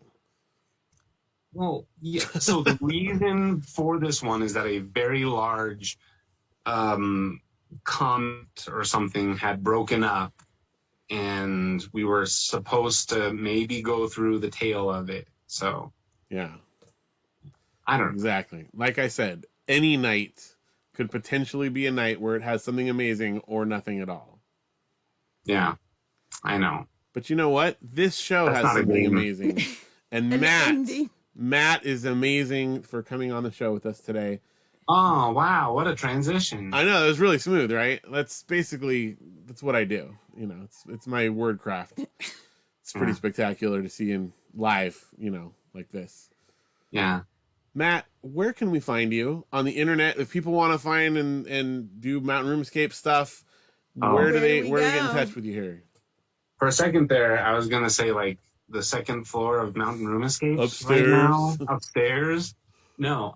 Okay. Then, well, thank you for the chance to tell people. Okay. So you can find Mountain Room Escapes at mountainroomescapes.com or search for Mountain Room Escapes on Facebook, Instagram, or don't really do Twitter. I mean, you have a TikTok? Yeah, TikTok. Oh, I don't have a TikTok at Mountain Room Escapes. You do all kinds of good dances and stuff, right? No. There's just like funny TikToks. Yeah. It's really funny. I love TikTok. And I love TikTok. And I curate them for Phil because I'll watch a bunch and then find the best. And then Matt sends me the best that he finds. And then I save them for Phil to watch later. It's great. And my sister does the same thing. Yeah. And then I'll be like, when I'm showing them to Phil, I'll be like, oh, this one's from Matt. This one's from my sister. This one's from me. Did you see the one where I think it was like the creator of Bob's Burgers paid to have a studio album. I sent it to Janelle for Phil. Paid to have a studio album made with like a bunch of jazz musicians, and he played jazz piano, except he doesn't actually play the piano. Yes, I did. Yeah, it was who was it? Just H. John Benjamin, like the voice of Bob, wasn't it? Oh, it could have been. Or maybe it was Paul F. Tompkins. Gosh, I can't remember now. It was really one of those guys. TikTok guys. It was really, really good. It was so funny. It's for me, what this is like, it's like when you go to the video store and you've got like the staff picks, and you know, they've got like a little segment, and you know, like Steve over here, he likes horror movies. So if you want horror movies, he's got a good selection. Or Sally over here likes romantic comedies, so you go to her. So since we don't have video stores anymore, Janelle, Janelle has like her staff picks all curated for me, so that it's like going to the video store and she says, "Oh, check these out. Here's a Matt, here's a Janelle, here's an Amber." And or whatever. Sometimes when I haven't saved enough, we do have to freestyle. That's like when you walk around the outside of the video store to see the new releases. And we're not allowed to get off TikTok until we've laughed at 4 videos hysterically. Well, that sounds like a game. It is. That's exactly it. And sometimes, in order to win the game, if Janelle says, like, I got to go to bed, and I'm so like, tired. Oh, come on, we haven't laughed at one yet, I will intentionally not laugh as hard as I can to try to get to watch more. But then I laugh really hard at something that's maybe not that funny, so we can get off. Yeah. And I'm like, you weren't really laughing at that. So it is a game. TikTok is a game. All right, guys. Mountain Room Escapes. Matt Vecchio, thank you so much for being here. Mandarian Orange, right? It's still use promo code Mandarian Orange for 10% off your next game. Nice. People will do that. Yeah. And don't you have another website too that you did? I have like 6 websites. Is there any other ones you need to plug? That's it? GoFishByMail.com is not still in existence. I still have the Facebook page though. Oh, yeah. I have access to that too. Well, let's see, BigBearTeaCompany.com. There you go. See, I knew you had another thing going. Yeah. EscapeThings.com. It's an online escape room things store. Okay. SaveSasquatch.org and SaveSasquatch.com. Good. Those are the websites of the fictional International Sasquatch Conservation Society. That's good.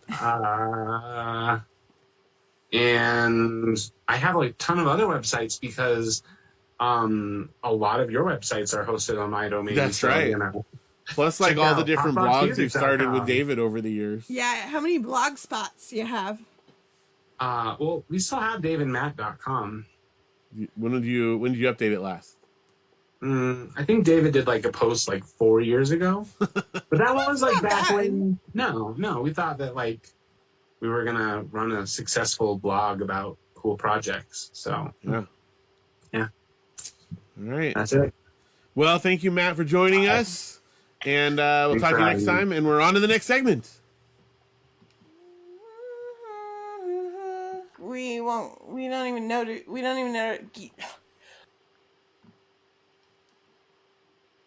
Yay! Thank you, Matt, so much for joining us. That was awesome. And we've got a bunch more comments during that segment, and I'll catch us up. Thank you also to everyone who's watching live. We're commenting. Keep your comments coming. We're enjoying them as things progress here. And we've got a lot more great guests coming up. But first, we're going to do some comments. What do we got? So Eric was very excited to see Matt come on the screen. So, hey, Matt. Camera's like focusing. Sorry about this. All right, go for it. Janine says I'm making it real with my beard. It's true. It's reality. Tony says, don't panic, Phil. We only passed on 20 or so games. We still have about 100. As we revealed, this obviously confirms it. That's my dad trying to panic me here. He doesn't like getting rid of things. I know. It's hard. Guy. This made me laugh really hard. Kristen said, Dave Champa reading a game instructional manual is my darkest timeline. I get it, well though. said. Yep. I get it. There's nothing that makes Janelle's eyes glaze over faster. Just let's play. We'll learn as we go. So Marilyn. remember Matt said that we pass off a game to mom and dad. This will, I guess, reveal that this is also Marilyn my mom here. said, "Hey, Philip, I have a game for you." I'm not taking it back. No, Marilyn. And then Tony remembered the name of the game that we couldn't remember. Matt couldn't remember, yeah. Yeah, it's called Flinch. Flinch. Oh, Flinch, because he said it was like, Yeah. don't smack you or Yeah. something like that. Okay. And Eric has a sad. It said, "I miss playing Axis and Allies. Finally sold it because no one ever wanted to play with me." Eric. I understand though, because this is like me with Risk. Oh, he loves. But Risk. I just held out long enough until the kids are old enough that I can play with them, because I have to twist Janelle's arm to play it. It's actually really fun. It is really fun. I don't know why I didn't like it. You know, I've played Axis and Allies before, and I make the comparison because it's a little bit similar, the war theme and stuff. But they're really fun games, and you just have to be in the right mood and have the right people to play. And have it's a not for long everyone. period of time. Yeah, so Easton will get there, and then you guys can play. Yeah, you probably it did need take a while. a third, though. I don't know. I can't remember Axis and Allies specifically, but wait till Easton is into it. It'll come full circle. And then you'll have to go out and rebuy the game. This is from our hide and seek talk. It's So this laugh. is Audrey. Audrey says Luke is like an octopus. I think he could fit into a bottle if he had to. Agreed. Yep, that's absolutely Agreed. true. And then Dave responded to Kristen's, "How else are we going to learn to play? You could bring up a YouTube video like Phil's dad always does in the middle of our game. Yeah, that's how it usually goes with the new game. Audrey and I are like reading the manual, Pouring over. And then Dad's like playing all these YouTube videos in the background. The internet's not working. And then Janelle's like, just play, just learn it while we play. That's our game night. That's game night. And then Kristen said, I if loving TikTok is wrong, I don't want to be right. There's a lot of fun stuff on there. Yes, for sure.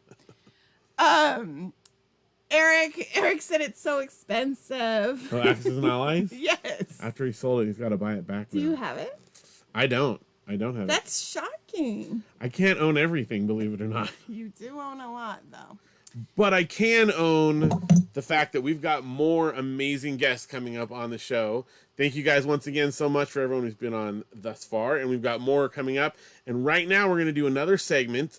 This is a look back at some history of Phil and Janelle with another guest. Let's go to Vintage Vecchios.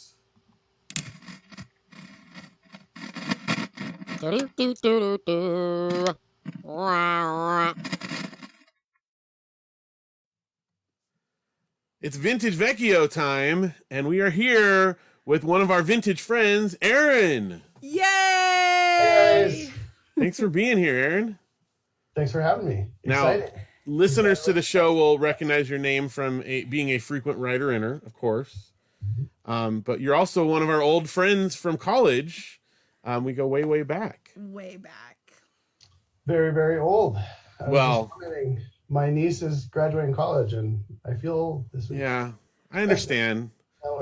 But I think we're vintage friends. That's a better way to say it. 'Cause, Vintage. you know, Yeah, that's a good... it implies quality with Yeah. age. Yeah. Let's see. So I met you second because you're So behind the thing Janelle. is that Aaron and I met our freshman year, Mm-hmm. and he loves to point out that I married an I'm older woman. Yeah. than him by 6 Right. months. Six months counts. But I met Aaron in first semester at Biola. We were in critical composition. What is it? Criticism and composition. I think so, yeah. Yeah, it's the English class. Yeah. And we connected there, and we were like best friends before you came into the picture. Like a long time, even after. Yeah. Well, and so I met Aaron independently of you because we were in Is it film that... Yeah, whatever that intro to film. Introduction to TV and film. Yeah. And we were in the same group.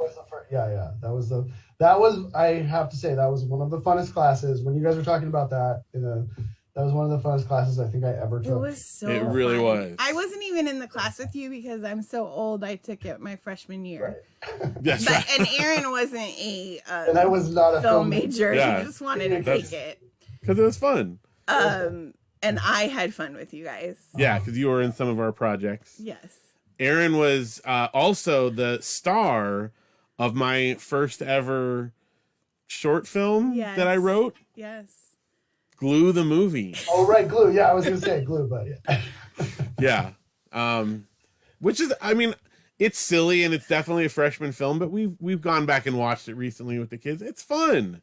It kids still really holds liked up it. a little bit. Yeah. Have you seen it? Like, I since then? think I watched it maybe 10 years ago or something.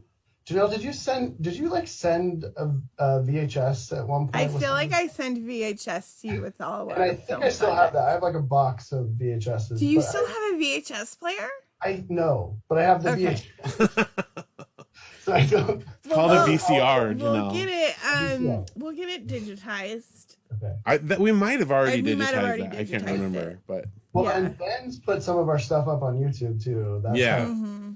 yeah. But I don't think he has this because he wasn't in that group right. with us. he wasn't in So that. I mean, But- I don't know. I think it's fun. Yeah. I would be down to watch it again. Some of our, especially my own acting, is a little cringy. So like watching it now is a little. No, I think it was great. really good. It totally fit the tone of the thing because it was like a, film noir. You're like a detective. You were very serious. But it was like silly too, winking at the camera and Serious, stuff. dry humor. I don't Right. know. I thought it was fun. Luke and Audrey thought we were like Steven Spielberg. That's amazing. Yeah. Well, we made that film on actual film. Yeah. Yeah. And we ran out of film. Do you remember this? Yes. And Yep. so the storyline, we didn't have all the footage we needed, so we just made. It was like I don't remember if But the, that It was a thumb wrestling It war. was the Glue the Yeah. movie was on. Yeah. This is a separate one. Yeah, he's talking this is about. a separate one. Yeah. But I just remember like, what are we gonna do? We have to edit this to make it make sense, and it won't. Yeah. We have that too. I have a copy of that still, and it's, it doesn't really make any sense. We did not get the footage we needed. No, not at all. Because I think we knew we had like 4 feet of film or something, but I thought it was like 4 minutes of film. And so we're like, yeah, let's go. I don't remember what the exact thing was. Whatever it was, we definitely blew through it faster than we should have. That was pretty, Classic. I remember us being like freaking out. Like, Yeah, what are we going to do? Because where are we going to go get like extra film like we were college students, that was really, Yeah. That was So, Aaron, did you watch our Mandarian Ord show like live that we did with Matthew? Yeah. So I talked about like that I finally pooped my pants. Right. And She keeps bringing it up. It's not like I make her do it. I wanted you to attest to how many times I made you rush me to a bathroom in your It car. was especially, and we lived in LA, right? So like, Yes. long car rides, and and like Short distances, long car rides. Yeah. And I would like turn the air conditioner on, trying to get through it like I was about to have a baby. Although they are like, I can say this because I've had 2 children now. It is a very similar feeling. Oh, really? Yeah. Now you really can like. I can really. It's like having a kid. Yeah. It is. Please don't let me poop my Lots pants. of road trips together, and Yes. and I like to just like go and not stop. Yeah. And So I really irritated I Aaron. would be very frustrated. Like, okay. And I didn't even have a phone to play on during it. No, Right. that helps Yeah, you what do we distract do? yourself now. What do we do for all those hours and hours? And I don't know. I just was like, I don't know. I always had to go. And then we went on a road trip in college to somewhere we're going this summer. We're Which is going to very your fun, yeah. hometown, Back to Klamath Falls. That's right. It'll be cool. It's a kind of interesting place. There's a lot of really cool spots right around there. Yeah. So did we go to Lassen when we did the lava tubes? Was that at Lassen or somewhere else? I don't think so. I think that was a different. I was trying to remember. That was again. I'm a couple vintage years ago. fan, so it was a few years ago. I don't remember the exact itinerary, but I remember maybe we did do the lava because I used to love going down there. So I feel like I might have wanted to show you guys that place, but So I remember Shasta and a few other places. Yeah. There's multiple, because I've been looking, trying to retrace your steps. I wasn't on this trip, but there's one like lava tubes in Lassen, but there's also some closer to Klamath Falls, and I think that's the ones you probably went to. Oh, maybe. Yeah. I'll have to look at what because like since I grew up there, I don't even know the official names of the places. Right. Like we would just go. We used to go on like we went on school field trips down there. And so we used to do it a lot. But yeah, it's so fun. It's the I can't wait. Lava beds. And they still let you just like go through it on your own, apparently. So yeah. that's cool. I mean, wear the helmet, right? Yeah, because, the hard hat. Because I was looking at our pictures and we weren't wearing the hard hat in all the pictures. You're too cool. We probably hit our heads. We probably should have. College kids. I know. We did lots of dumb stuff. Yeah. I'm not afraid to look dumb now. I wear a big hat if it's sunny outside. I'll wear a helmet if I'm in danger. Whatever. Who do we have to impress now? You know, it's worth it. We paid a lot of money to develop this thing up there. That's right. Keep it intact. Yeah. And do you have any like Phil and Janelle memories for Vintage Vecchio that you wanted to share with our listeners? I mean, almost all of my memories like are us on film sets, and they're like, because I mean, we spent so much time making movies, and like I wasn't a film major, and I probably did that more than I did my own major. What was your major? Computer science, which I still work in computer. So yay! That worked out, but I had a lot more fun in the movies. It is funny because at least once in a while we're talking about you. Janelle has to remind me you weren't a film major because I'm like, no, Aaron was in all the movies with us. Right? No, he did computers. I'm like, all the time. Oh, that's right, he did computers. But like your on-campus job was in the computer lab. Yeah. Because like, you know, talk about vintage. You had to go to a computer lab. Like, not everybody had a computer of their own.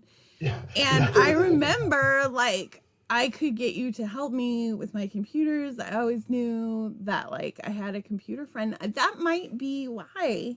Well, you're so good with computers now. I'm that person at work now.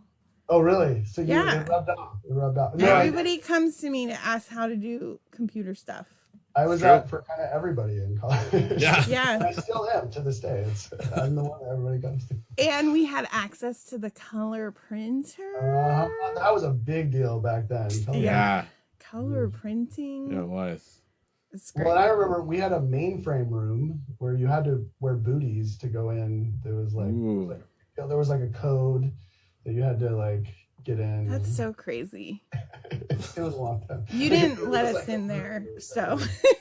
Yeah, I never got to go in the mainframe. You never got to go in the mainframe. No. But it was great too because Aaron worked like in the basement of the administration building in the computer lab, and then I worked on the second floor, and it was human resources. Oh, right. So we could call each other on our extension and waste time during our job. And then Phil would come and visit us. I feel like we were on Bubs a lot too. Oh yeah. Bubs was the bulletin like board system Facebook for those not in the know. That was, that was so advanced. That was. Like, spending so much time on that. I was so sad when they finally took that thing down a few years ago. Oh, did they really? It's gone. Yeah. I meant to go on and like rescue my old resume because I spent so much time writing that dumb thing. Yeah, the resume.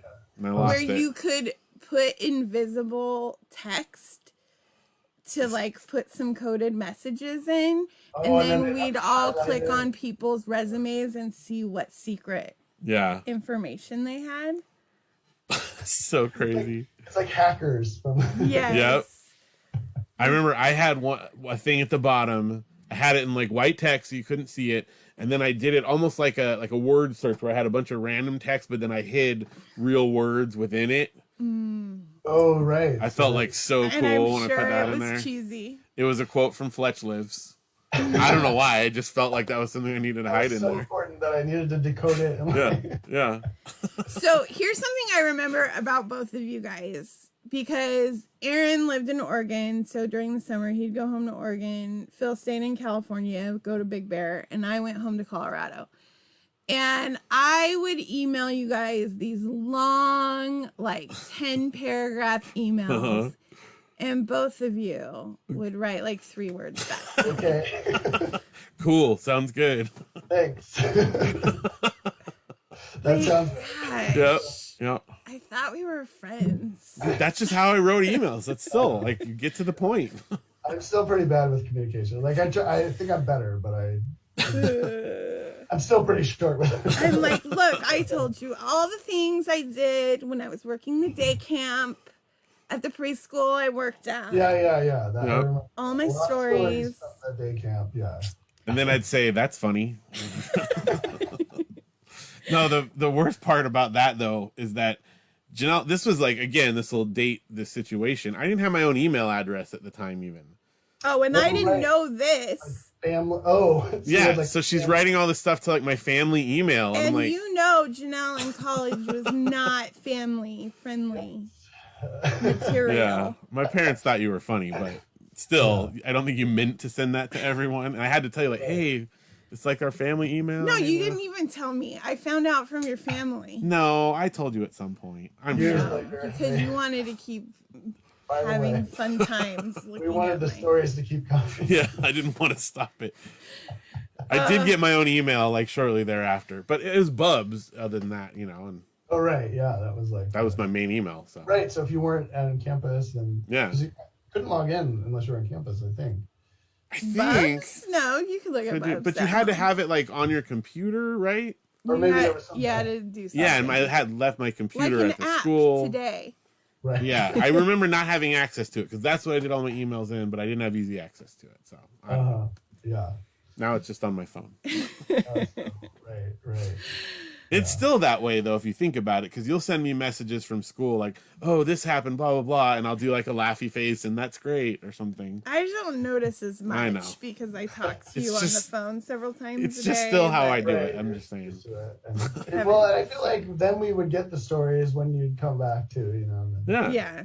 Our stories. After that, so. But I didn't get your stories, and Yeah. here I was just alienated from everybody, working with children all day. Oh, not that much different in my life now.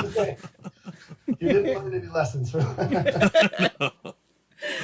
That's awesome. I remember we visited your day camp, and so I got to see some of the kids and the stories. Yeah. Now Phil also visited my day Like camp. on a separate trip.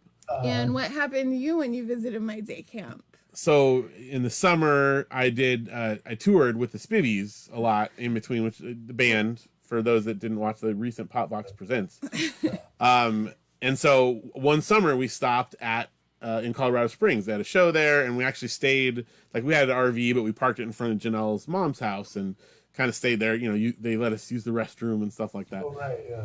So while we were there, we go to visit the daycare, and Janelle had been playing them, you know, all kinds of music, but Spivvy's music as well, because it's fun and, you know, the kids could dance around. So she told him, like, oh, this is a band that's going to come visit.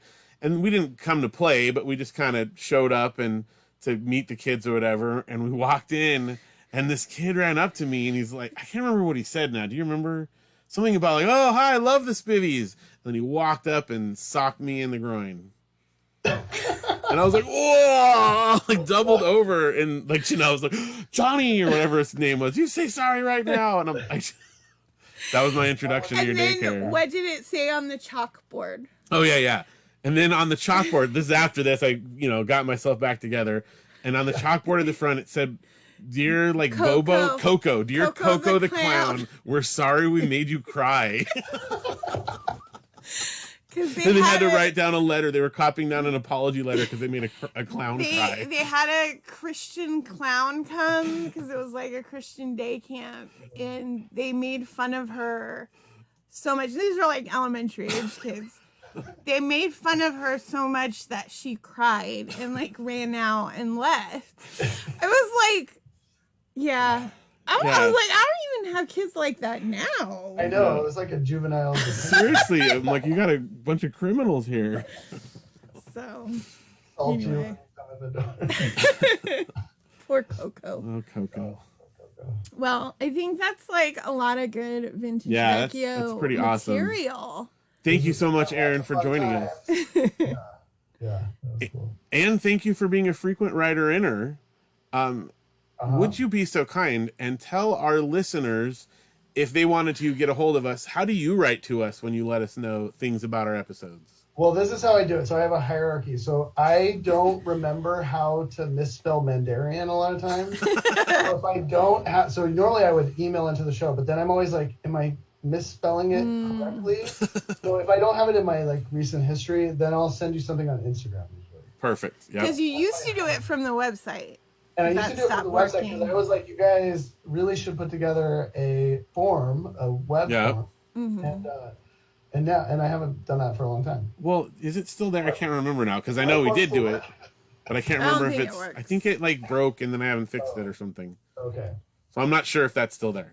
But Instagram is there, Facebook is there, and the email, Mandarian Art Show. And if all else failed, I would send you a text, but not everybody else can do that. That's true. Yeah. That's true. We do have a few privileged listeners that have that. Yes. Oh, real quick, I almost forgot, but other frequent writer-inner Ben, weren't you guys like roommates in college for a time? We sure were roommates for I think just once we lived together, maybe twice.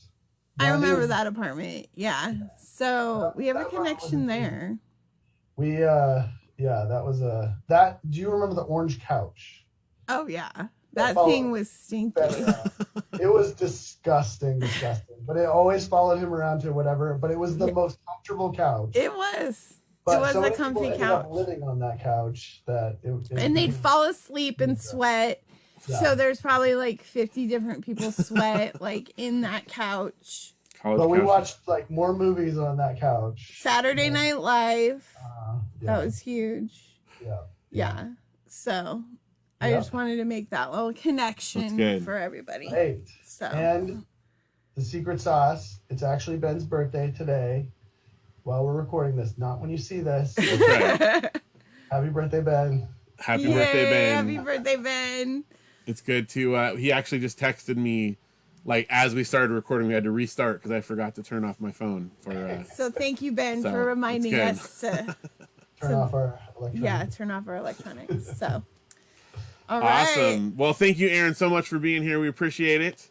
And thanks for 200 episodes. Yeah, thanks. We did it. I listen to it while I'm remodeling, and I love it because it's like keeps me from going crazy. That's good to hear. I love hearing what people do when I they listen to our show. And it's all different. People are getting a lot of stuff done. It's good. We're helping people to be productive. Yeah. Or like to be more entertained while they're productive. There we go. That's it. Go. That's what it is. All right. Thanks, Aaron. Yep.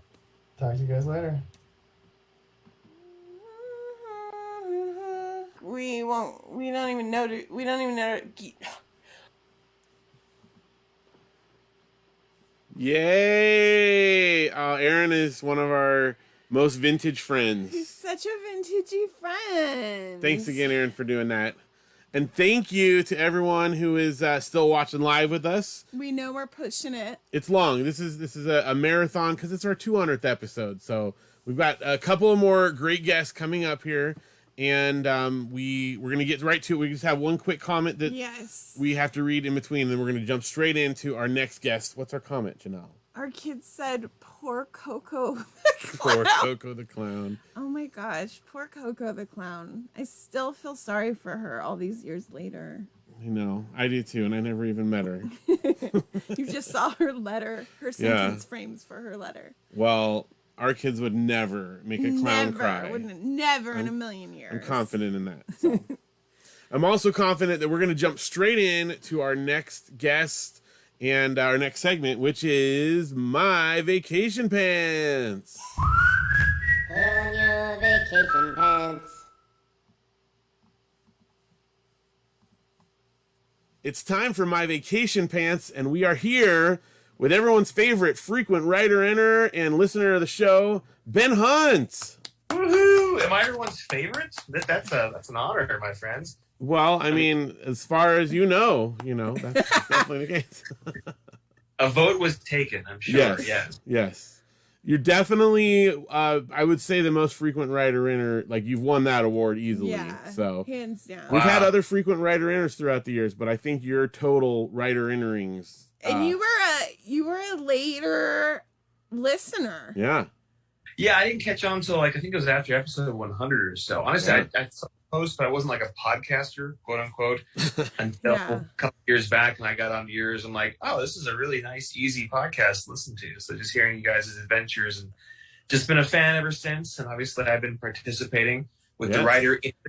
Is that a verb? Writer entering. Phil? Oh, yeah, it is now. It is right now. We make up words on the Mandarian Orange Show, as you know. Yes. Perfect. Yeah. Thanks for having me. Absolutely. Thanks for being here. You are you're wearing an appropriate shirt, I was just saying, for the My Vacation Pants segment. One of your many travels to a place near a national park, yes? That's correct, yes. Wyoming, we visited twice last year. We went in February and then back in the summer. And as you know, there are 2 national parks nearby. Jackson Hole is at the foot of Grand Teton National Park, and just an hour-ish up the road, Yellowstone, first national park. So, yeah. Yes. And that was 2 very different experiences, going in the winter and in the summer. A little less snow in the summertime, yeah. The winter, great.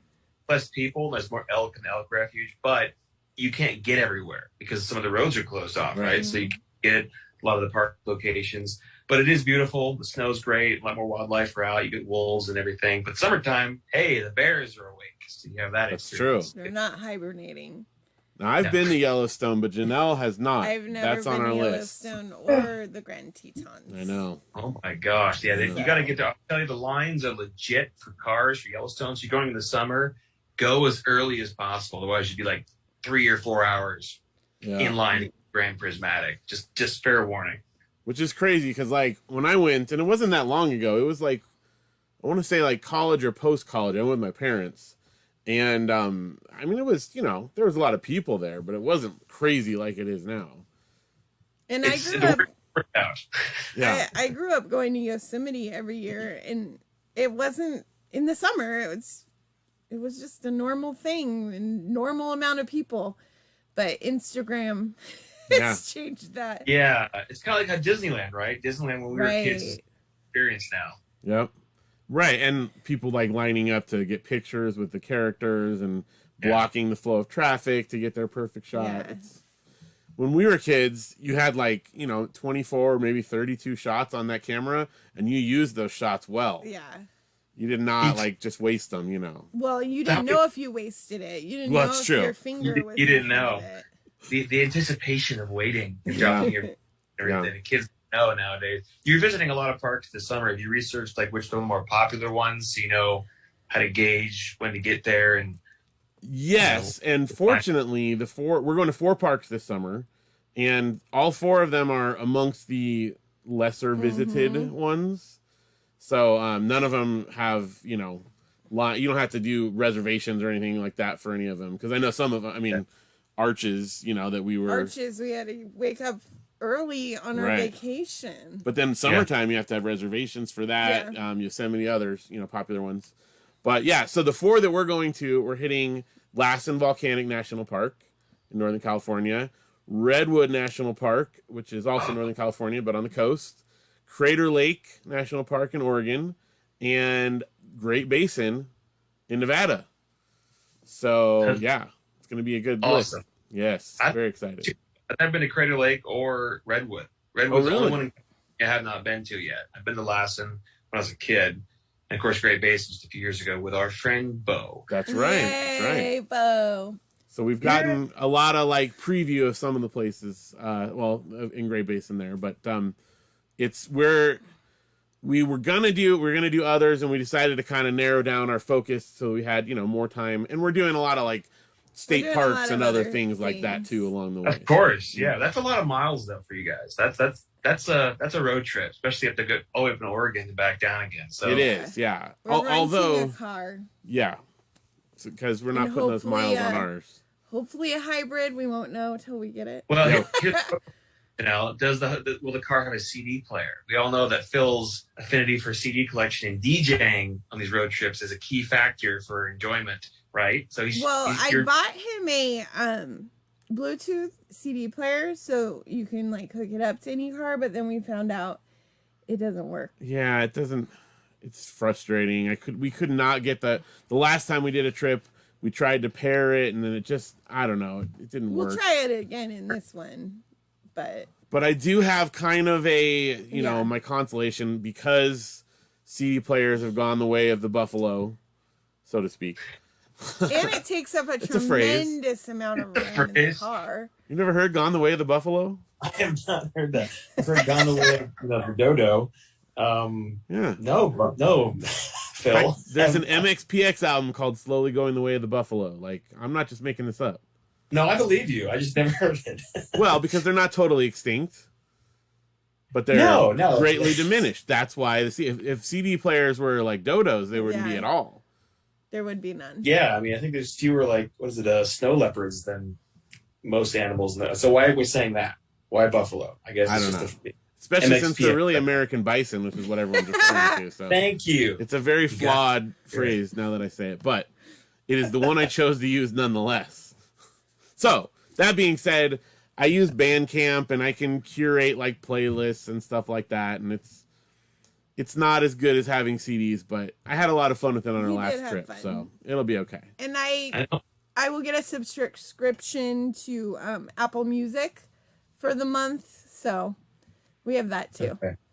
I know how much physical media means to Phil. I know. You know, ridiculous. So it's pretty heartbreaking, but what isn't heartbreaking is I have room to put my feet on the ground, because usually he fills like this great huge crate of CDs and it has to go at my feet, so he has easy access. Yes, well, because Janelle's got to play DJ while I'm driving, you know. Of course, no, there's something just classic about, you know, DJing during road trips. And to give a shout out to our fellow listener Aaron McKay, in the year 2000 or 2001, whatever it was that Dave Knepper got married, I drove up to Sacramento and met Aaron and Ben Heim, if you remember Ben Heim, in Portland, and we drove up to Sandpoint, Idaho, and he had a collection of CDs with him, Ben Harper, and this new artist no one had heard of except for them called Jack Johnson, and just back and forth listening to these artists all the way on this wonderfully, you know, rainy green drive to Idaho and back.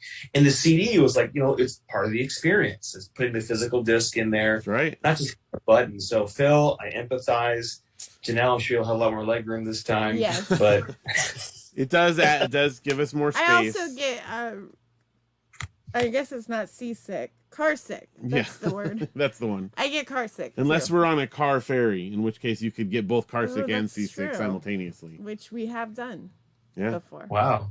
Double whammy. Yeah. No, I'm looking forward to hearing your stories from the big trip ahead. Yay. 3 weeks or so, 3.5 weeks, or are the kids looking forward to it as well? Are we looking forward to it? Are the kids looking forward to it? Oh, absolutely. Yeah, they're They very can't excited. stop talking about it. They just finished school. It was my last day. Happy last day of school. So we're gonna prepare for our trip and then go. I think our different outfits that we have in each of these segments might be breaking the illusion that we're doing this all at one day. So, oh well. No, you're like, it's like this. They filmed Jeopardy, or like 5 episodes in a day to go back to the wardrobe, switch clothes real quick. That's right. And on Let's Make a Deal, they break the illusion. They say this is our 3rd show of the day. That's true. They say that on the show. They say that on the show. Yeah. Okay. So. All right. So we're in good company then. I'm happy with that. Yeah. Yes. No. So Ben, how many national parks have you been to? Oh my gosh. Well, there's a good way to keep track of things. I'm up to 40. I just crossed off 40. So this is how I keep track, not just in my head, right? I have this big nerdy cork board here I collect pins from all the ones I've been to. That's great. And I've covered a lot of ground, as you see. If you can see this clearly enough on your screen. But I've got pins. The West Coast, of course, has a lot more than other parts of the country. Utah, Colorado, and all the ones in Arizona. Like I said, most of them in California. Not redwoods yet. So I'm looking forward to your redwood story. But I'm up to 40. How about you guys? So we were just counting right beforehand. Individually, we've been to more, but we were just counting. Like with the kids, as our family of 4, we've been to 28. And then like I've been to, I forget, I think like 5 or 6 more in addition to that. Yeah. You've And been to they'll a all few be others. new this summer for the our family. 4, yeah. So that'll bring us up to 32 altogether this summer. So Awesome. It's Yeah, not I've bad been to since- 2 of them. What's it again? I've been to 2 of those you're going to with 4. I mean, Crater Lake, it's just like it's the only one that Oregon has, right? Yeah. So you got to make a special trip to get there. And then Redwood's all the way at the top, so you just might as well just do it. Well, that's the thing. Yeah, we're just kind of going up and over while we're there, you know. Yeah, man. And we're staying in Klamath Falls, which is Aaron's hometown. Yes. So that's kind of fun. Are you really? Yeah. Okay. He's not going to be around at the time, but we'll still be there. So. Has he given you advice on, like, you know, eateries or Yeah, local he's given traffic? us some good tips. He gave us the tips. Yeah. And we Oh, got that's- it Airbnb, so we'll be able to do laundry halfway through. So we only have to bring clothes till we make it there. Yeah, how do you pack for a 3-week trip? I mean, how do you pack for that many days? For We 4 try people? we try to book it halfway through. We have a washer and dryer, and then we just bring enough. The underwear and the socks are important to have one for every day. Yeah, of the trip. Yeah. You can do you wear like a pants. camper in the back of the car, like plastic bags? Like, what's your process for, you know, not I stinking usually in the bring car? a laundry bag. Like cloth laundry bags. So those Yeah. can be washed during the wash time as well. Yeah. And we just throw it in there, and then we will live out of a couple suitcases.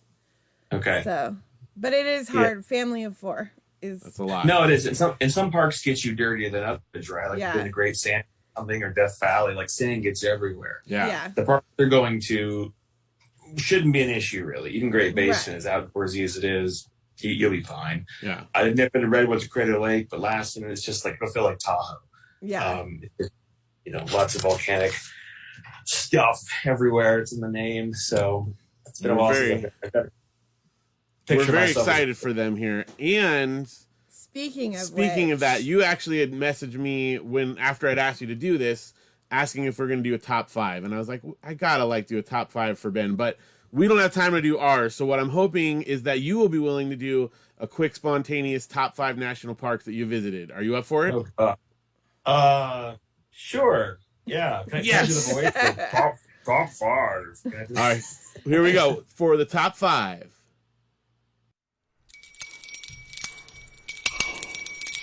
Every time a bell rings, we give our Top 5. Okay. And we're back. Top 5, Ben. Tell us what your top 5. Give us a little info about why maybe it's your top 5.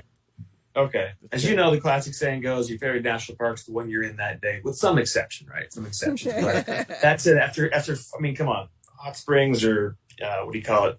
St. Louis Arch, like, who's got that in their top 5? But I do have, I would say, I'm just going to go with my gut here, because I've got 40 that I've been to, right? So most recently I went to Big Bend in Texas, but without a doubt, number 1 right now is Grand Teton. It checks all the boxes, right? It has all the wildlife, the scenery. It's very accessible. It's the only national park with an airport in it. That's how accessible it is.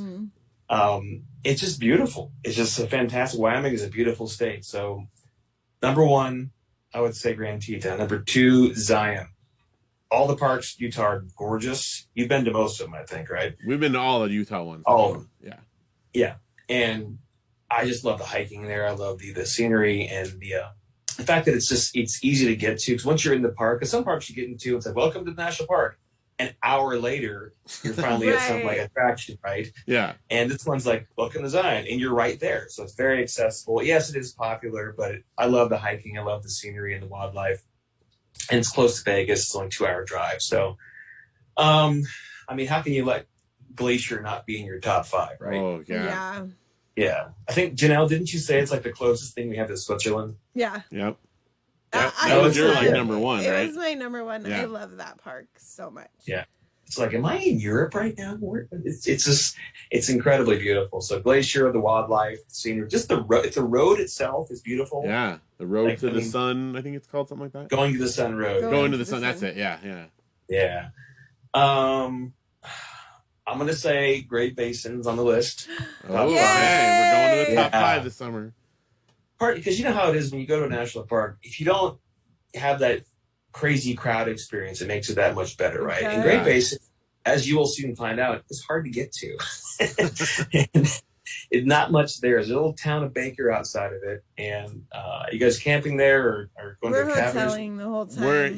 We didn't get on it. We didn't quick plan enough. early enough to camp, and everything was booked. And we were like, we're gonna have to do hotels. So we're actually we're gonna stay in Eli because Baker there's nothing to stay in at all available. So yeah, it's like a couple little sets of cabins there. Bo and I stayed in one of those cabins there. We had 2 days there. They have the caves. I don't think we did the caves. We didn't do the caves. Yeah. We did like 2 or 3 hikes. And I mean, just to warn you, the altitude is legit there. The first trail starts like 9,000 feet. Wow. So just pace yourself.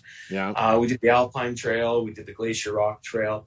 And it's decent hiking. It's a little bouldering here and there. You might see some snow.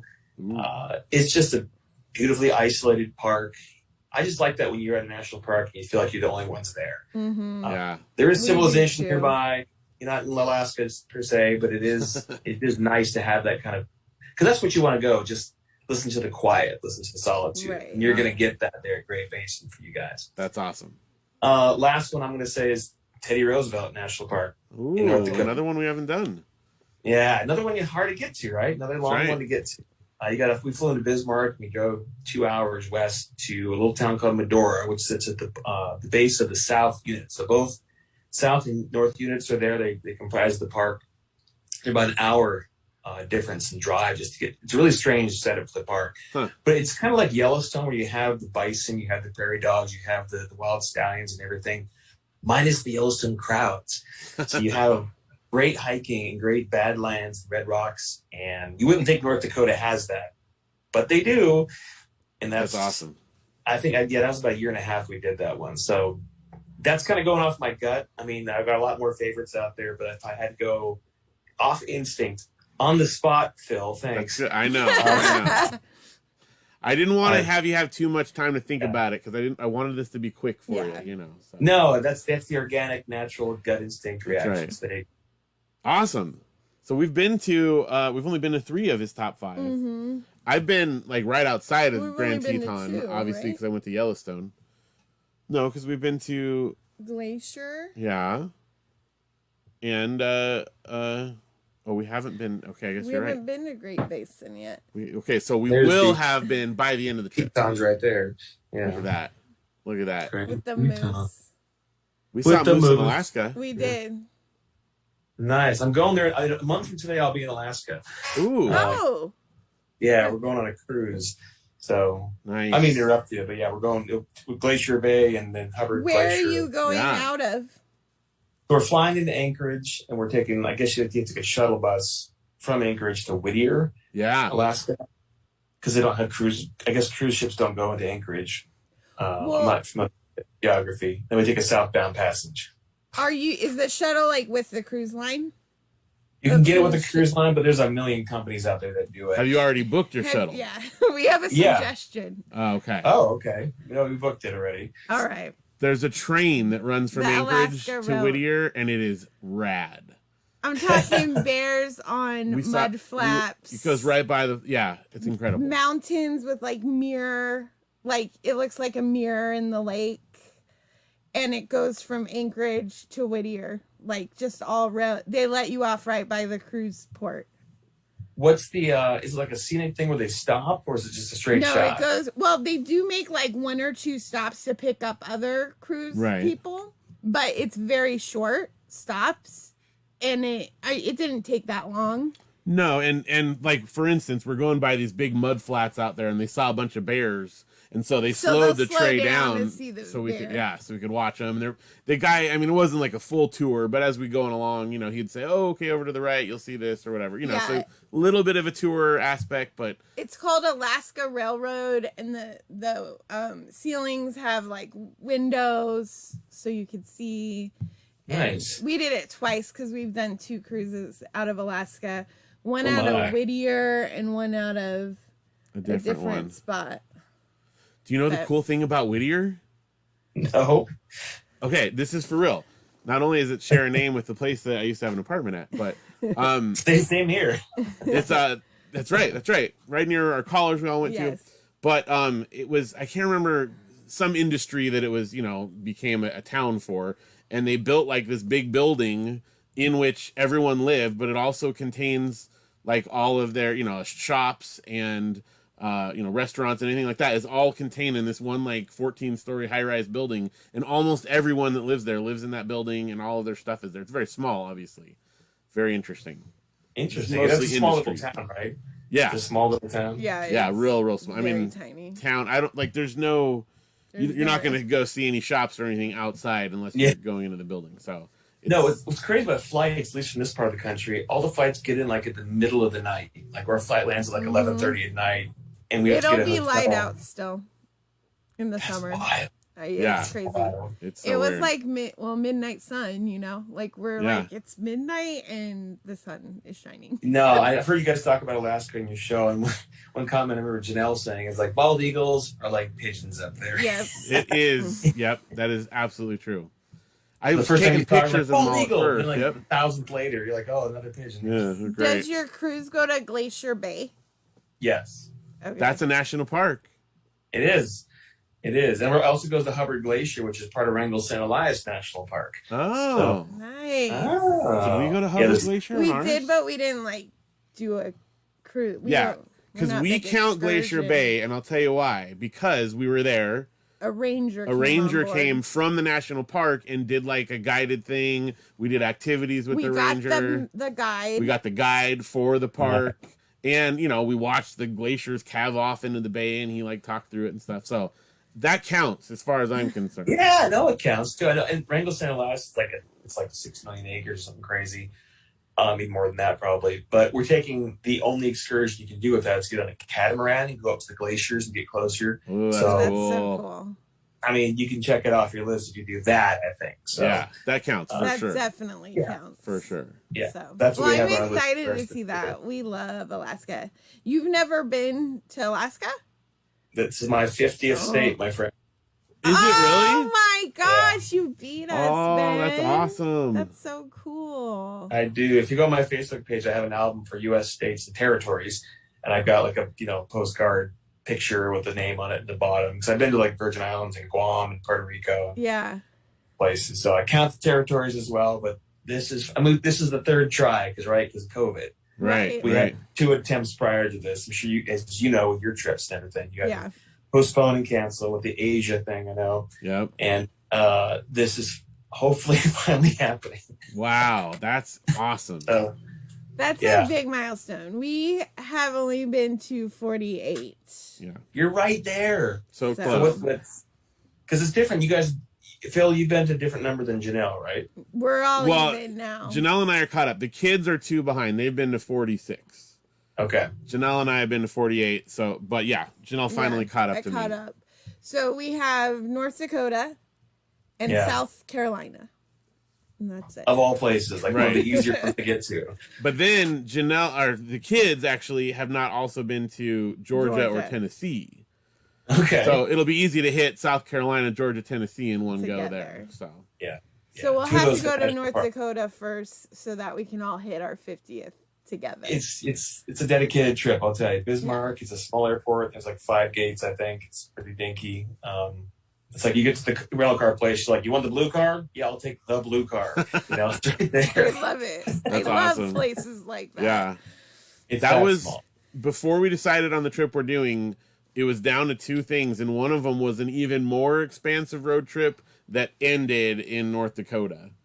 And I don't know, we decided to, since it's expensive to drive right now, maybe like pull it back a little bit. A little closer to home. What is the gas price you Kuiper right now, Phil and Janelle? Let's see, $5.79 is what I saw yesterday. You pay $6, I thought. Well, I did have to pay $6 when we like pushed it real far, and I had to like go to whatever the closest thing was. I was going to run out of gas. But if you have a choice, it's $5.79. What is it in Tennessee? It's about 4.25 right now, so it's a little lower. I thought honestly it'd be a lot higher. I've seen prices of people posting pictures online like $7 or $8 in California. I mean, I'm sure there are some, and there's always more expensive gas stations and stuff, so you could find it if you want to. But if you're, if you're not too picky, use Like the Santa Google Monica, Maps $8 out there, feature. or something. No, Yeah. North Dakota, you guys will love it. I would say at least give 2 or 3 days to soak in, because you're there. I mean, you can just you can drive down 5 hours if you went to Mount Rushmore and Wind Cave, those areas out there in Badlands. We love that area. Yeah. No, you guys will love it. You guys are so close. So I'm rooting for the Vecchio clan to finish it off. Well, we'll definitely our definite goal is to hit all of the states with the kids before Audrey graduates high school. So which we she's still have 4 starting years. 8th grade next year. 5 years. 5 years. Yeah, so we have 5 years to do it. Yeah, 5 years. Yeah, 5 years. That's wow. Yeah, that's amazing. She's growing up. I know. 5 years to go. You guys will do it. That's no problem. Just Oh, let me know what part of the country. We can probably try to connect. Yeah, for sure. But North Dakota's a little hard. So We'll get luck there. to you guys. Yes. Awesome. Well, Ben, thank you so much for doing this and for being here to celebrate our 200th episode. Oh, it's amazing! Congratulations, by the way. That's a lot. That's a lot of talking. It is. Thank you. Did you do the math? See how much hours and minutes you were doing? We or did at one point. Yeah, I sat and figured out. I mean, our Phil shows has hours. they average. I mean, our show alone, I would say the average is around an hour because some of them are a little less, some a little more. So I mean, that's 200 hours right there for the two of us. But between my other shows, I'm like over 750 episodes. Some of which those shows average Like well over an hour. Over 3 hours. Well, I would say on average probably 2 hours for the other one. So anyway, there's a lot. There's a lot of Phil out there on the internet. What's the next milestone number? Is it 250 or 300? Well, I think 250 is worth mentioning. I don't know that we'll do. I don't know. We'll do a big celebration. It Who seems knows? to be the hundreds. We do the big celebrations. Celebrations. No, you should be proud, guys. This is the big thing. This is a lot of work. Thank you. I appreciate the craft going into all the sound bites and everything and the editing. I know there's work goes into that, so I think it's a well-produced show and you enjoy the stories. Oh, this guy. Well, thank you so much. Yeah. Yeah, man. No, Well, thanks Ben, for having me. Before we let you go, where can people find you and what would you like to promote? We mention some of your stuff sometimes, but tell us where. Oh, we you're can find so you. kind. Yes, we're finally, after a long hiatus, Damien and I are back at it. We just saw Top Gun Maverick. Oh, and we are right. back with the Alan Smithee Film Review. That's ALANSMITHEE Film Review. It's an inside joke with the industry.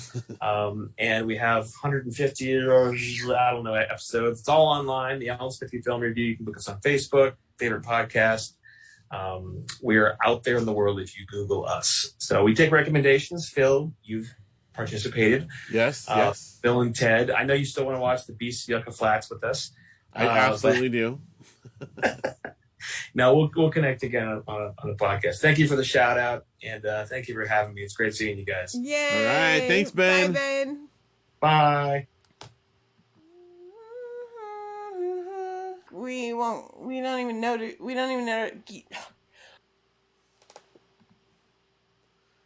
Yeah. All right. We love Ben, and thank you so much for being on here. The Alan Smithee Film Review is a cool podcast. If you like movies, just definitely check it out.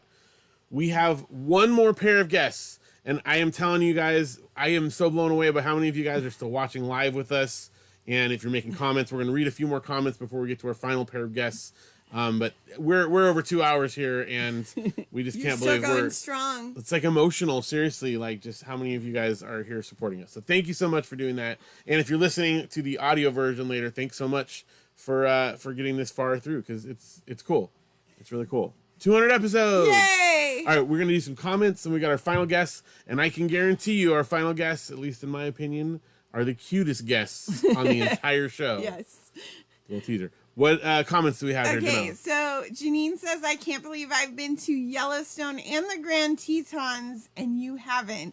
So spoiler alert, Janine is my mom. Yes. And we tried to keep our parents' identities secret, but they give it away. They gave it away. But it's really not that shocking, Mom, because you lived in an RV That's for true. many years. That's true. So, of course you're going to be more national parks than us. I went to Yellowstone, though. My mom also wants to let you know they had to do reservations for Yosemite. So Yeah. if you want to do Yosemite, you got to make reservations. At one point in the planning for this, we had thought about just kind of driving through for a day, because we've been to Yosemite a couple times. I mean, a bunch as a kid Yeah. and whatever, but even with our kids, we've gone a couple times. and you had to like make reservations, or you could drive through in the evening. It just didn't work out. It wasn't going to work out time-wise. We redid it, but still. Reconfigured. Ben said the dodo. Oh yeah, Ben was watching us watch himself. Yeah. And we were talking about the way of the buffalo. Yeah, the phrase "the way of the buffalo," and then we said "the way of the dodo." So that's why. Eric says, "Good to narrow down. I always pack too much and end up dodging deer to our campsite to set up way late at night." Oh, we've definitely set up late at night. I've set up a lot of tents in the dark. Yes, many a time. Eric also loved Glacier Bay National Park. Got the stamp for the National Park passport while on the ship. When they had the National Park staff on board in the boat. Pretty amazing place. I mean, if you get the National Park stamp, you've definitely been. I'm pretty sure they were doing that. We didn't start it. We never started it, and like once we got to going, we went to a bunch of them. It was like too late. We're like, if we start now, and now we're like way too deep in. And Audrey and Luke hasn't been. When Audrey was 8 months old when we went, so we weren't even doing Junior Rangers. That's yet. Right. So we'll have to go back and get. But the kids have done Junior Rangers in almost all of those ones we mentioned. Yes. Yeah. Yes. And the kids commented because we were talking about gas prices, if only every place had gas prices like Mesa Verde. That's right. National Park. We talked about this on a recent episode, but the cheapest gas on our entire trip over spring break was in the National Park, Mesa Verde, by a lot.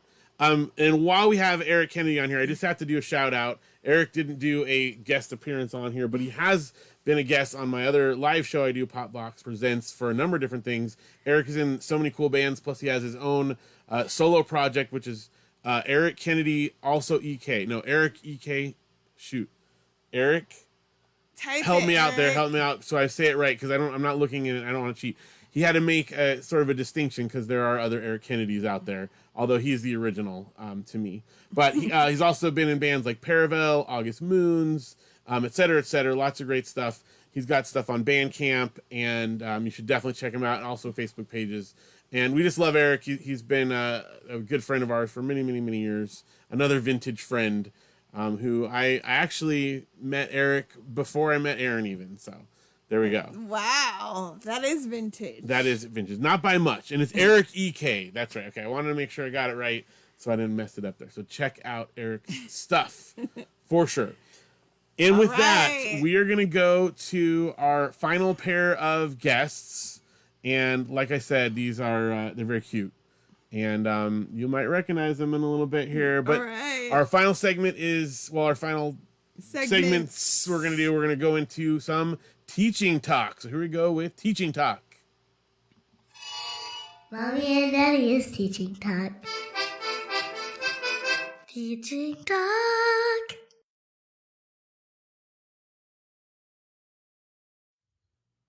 And we are here with our two very special guests, Luke and Audrey Vecchio. Hello.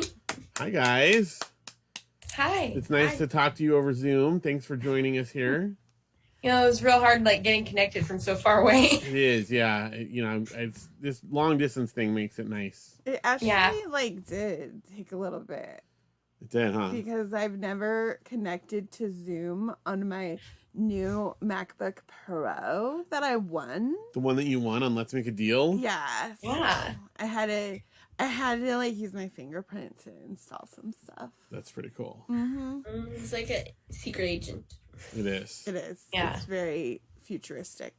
But this segment we're here talking about is teaching talk. And since Audrey is the one who's the voice of teaching talk, she is going to be the person who's going to address teaching talk for us today on our 200th episode. Yay. Audrey, tell us, we just finished the school year. How were your finals? This is your first ever year of doing finals? I'd say they went pretty well, I got 96% on my science final. I got 100% on my English final, 110% on my math final, and 110% on my history final. So, So what happened on that science one then? I did pretty well. I'm kidding. And what were your final grades? Do you remember? Straight overall? Straight A pluses through all of my subjects. And all of them over 100%. That's pretty nice. Yeah, I'd say that's pretty good. Yeah. We'll accept that. That's pretty awesome. Yeah. Her final grade, she got over 100%. Yeah. Yep. In every class. Lukey, how are your grades? On just in general. In general. Yeah. I got straight A. Did I get straight A pluses? Yeah. You did. I got straight A pluses too then. Good. 2 smart cookies. Yeah. Yay. I'd say so. You guys are amazing. What was, since Audrey, this is teaching talk, not just to brag about yourself, although we made you do that. What was your favorite thing that you learned, or your favorite activity that you did at school this year? Well, we did a readers theater this year in history called Good Masters, Sweet Ladies, which I really loved. The part I got was really fun because it was kind of like the sassy girl who doesn't want to marry the guy. So, I got to... accurate, do you think that you identified with that character? Yeah, probably. Not ready to marry any guys yet? No, and definitely sassy? I'd say so. Okay, I think so. We talked about that on the show earlier. We did. And we just bragged about you a lot. Thank you. We kind of do that about you guys a lot on the show, although you know that because you also listen to me editing it later. So yeah, I enjoy acting, so it was fun. You also like writing though, and you wrote a really cool thing this year. I mean, you wrote a lot of stuff, but one in particular that you did as a school project. We did a knowledge fair project, which is pretty much a science fair, but with other subjects too. And the prompt I chose was to write a narrative about a refugee crisis. So then I wrote a 19-page narrative about a female refugee. So that was fun. Awesome. And it took a while, but everybody who looked at it liked it. So I think it was worth it. I think so too. And last question for teaching talk. If you could give advice to a teacher out there about how to make their class amazing for good learners like you guys, what would your advice be? For learners like me? Well, just learners like everybody. Because, a teacher's going to have all different types of learners in their class. Yeah. You learn very differently than other people. So what's your tip there? Think about the ways people like to learn things. Incorporate activities like that. Ooh. Depending on what they enjoy. Have a variety of everything. I concur. Don't just do the same thing over and over again, right? Yeah. Have a variety of everything? Just everything. Like a sampler platter, sampler box? Yep. But not like the Doritos ones though, where they give you a ton of the plain Lay's potato chips.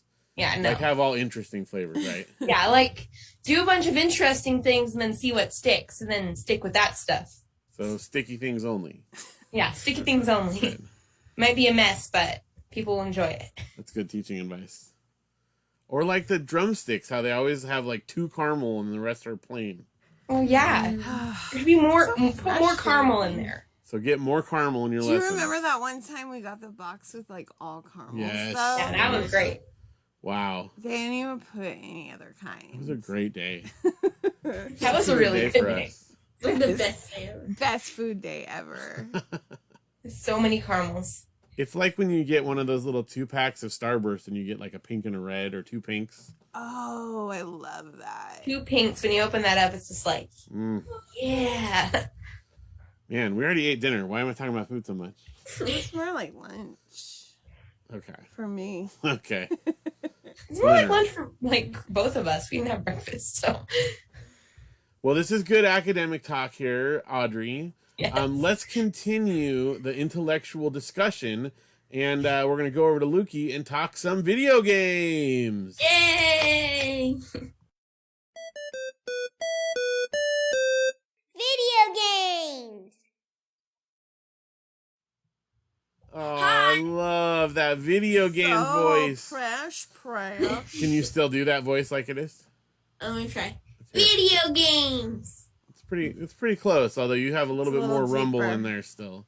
Yeah. Video game. Wait, we didn't make Audrey do it. Audrey, can you still do your mommy daddy's teaching talk? Well, I no longer have a tonsil voice, so I don't know if it would quite be the same. Maybe plug your nose while you do it. Wait, what? You can pinch your nose while you do it. Mommy and Daddy's teaching talk. Oh, very good. similar. Also deeper, but that's basically what you talk like all the time before. Yeah. Oh. You remember it was weird too because when she got her tonsils out, not only could she speak clearly, but her voice was like way higher. Mm-hmm. It was like making your voice, dude.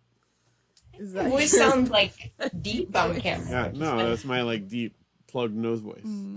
Sounded just like it. Yeah, this is good video game talk. Oh yeah, good point. Thank you, Lucky, for keeping us on task. Luke, you also did great on your grades, but you guys do lots of fun stuff as well. And one of your favorite things to do is play video games. What have you been playing lately? Well, lately I've been playing Metroid. In the last 5 days, I beat 3 Metroid games. I beat Metroid Fusion, Metroid Zero Mission, and Super Metroid. I just beat Super Metroid today. And you've beaten all those before. Well, yes. You're just like a whiz. You just fly through those games now. I think I beat them all in under 4 hours. That's amazing. Thank Luke has to sit there and like guide me through games now, you know. And I remember when like you would cry when you couldn't like beat a video game, and now you just persevere and push through. That's right. Do you feel like you persevere now more? Yeah. I played them all without using save states also. That's pretty good. For a modern gamer, that's impressive, you know. It's very impressive. Thank you. Good. In fact, you even played some of them on the original hardware, right? Yeah, I played Zero Mission on the it's the Game Boy Advance cartridge, but I played it on the DS Lite. That's true. That's true. Although you have played it on the Game Boy Advance SP. Yeah, I did. The first time I did. That's right. Okay. Yeah. What's up next then, since you just beat another game? Well, I started Axiom Verge, which is another Metrovania game. Yeah, Metroidvania, yeah. Yeah. Kind of similar. Metro. Is that like Metrovania. a spin-off show? No, it's just a game that's designed with a similar type of game design because Metroid is so iconic, you know, the way that it's got the open exploration. Then Castlevania games didn't start that way, but they started kind of following that pattern, and so the name came Metroidvania to kind of describe those open world things where, you know, there's a door over here that's locked with a certain thing, and if you can get a different item elsewhere, then you can explore further that direction, etc. I think it's unfair that they use the full Metroid and Castlevania only gets No, the it's fair Vania. because Metroid did it way before Castlevania. It was only after like a bunch of games that Castlevania kind of went that direction. Then you're right. That is fair. Yeah, Metroid had it from game one, right, Lukey? Yes, game 1, exactly. And you've beaten every Metroid game.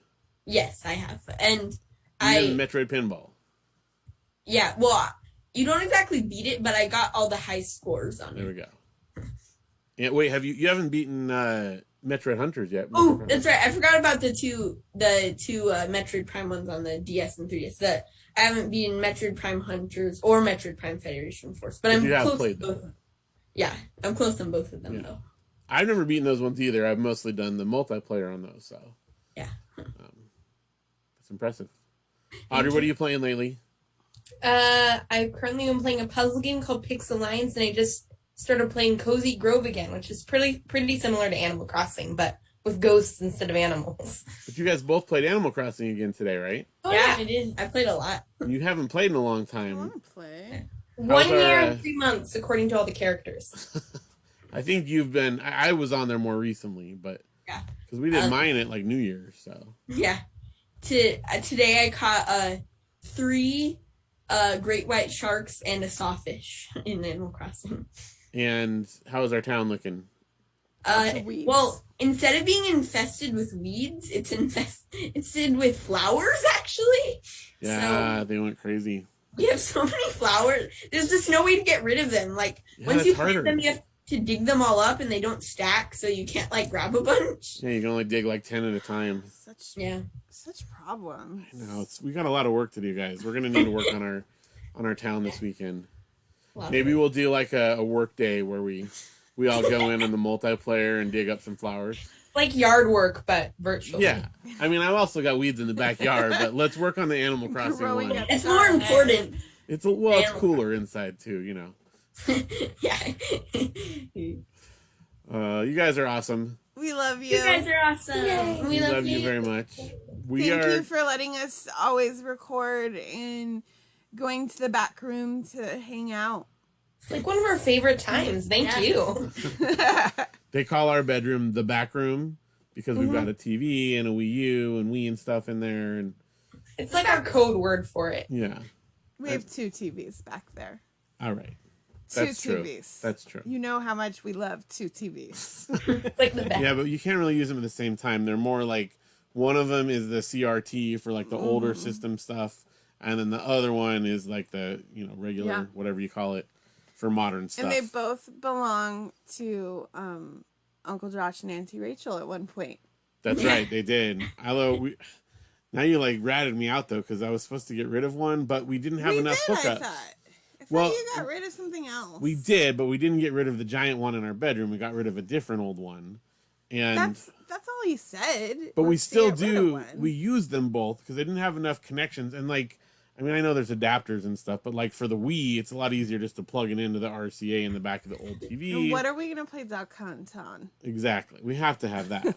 Yes. So, although they did do a port of it on the Wii U where you can use like the motion control. Not the same. But it's not. It's not the same. Really? It's not the light gun. Yeah. Looks like really. We'll get it before they shut down the eShop. All right. Good video game talk. It's a video game. All right. Thanks, Audrey and Luke, for being here. We love you. Anytime. Thanks for celebrating our I can't believe it. We always ask our guests, where can we find you on the internet? What do you need to plug here? We are on YouTube. We have our Vecchio Life Show channel. The Vecchio Life Show. The Vecchio Life Show. Please subscribe. Yep. They have some Do great we have anything videos. on Facebook? No, but you guys do have VecchioLifeShow.com. Oh, yes, we have. There's Vecchio not a lot Life. there right now, but you do have it. I am trying to finish our next video for Vecchio Live Show, but it's taking a while. It's a process. Okay, truthfully, I haven't actually started it, but I am attempting. You've imagined that you think you might start it? Summer! Yay. So close. I know. We're recording this a little ahead of time, and Janelle is officially Summer Janelle. Janelle, mommy is here. All right. Well, thank you, Luke and Audrey. Bye. Bye. Bye. We don't even know.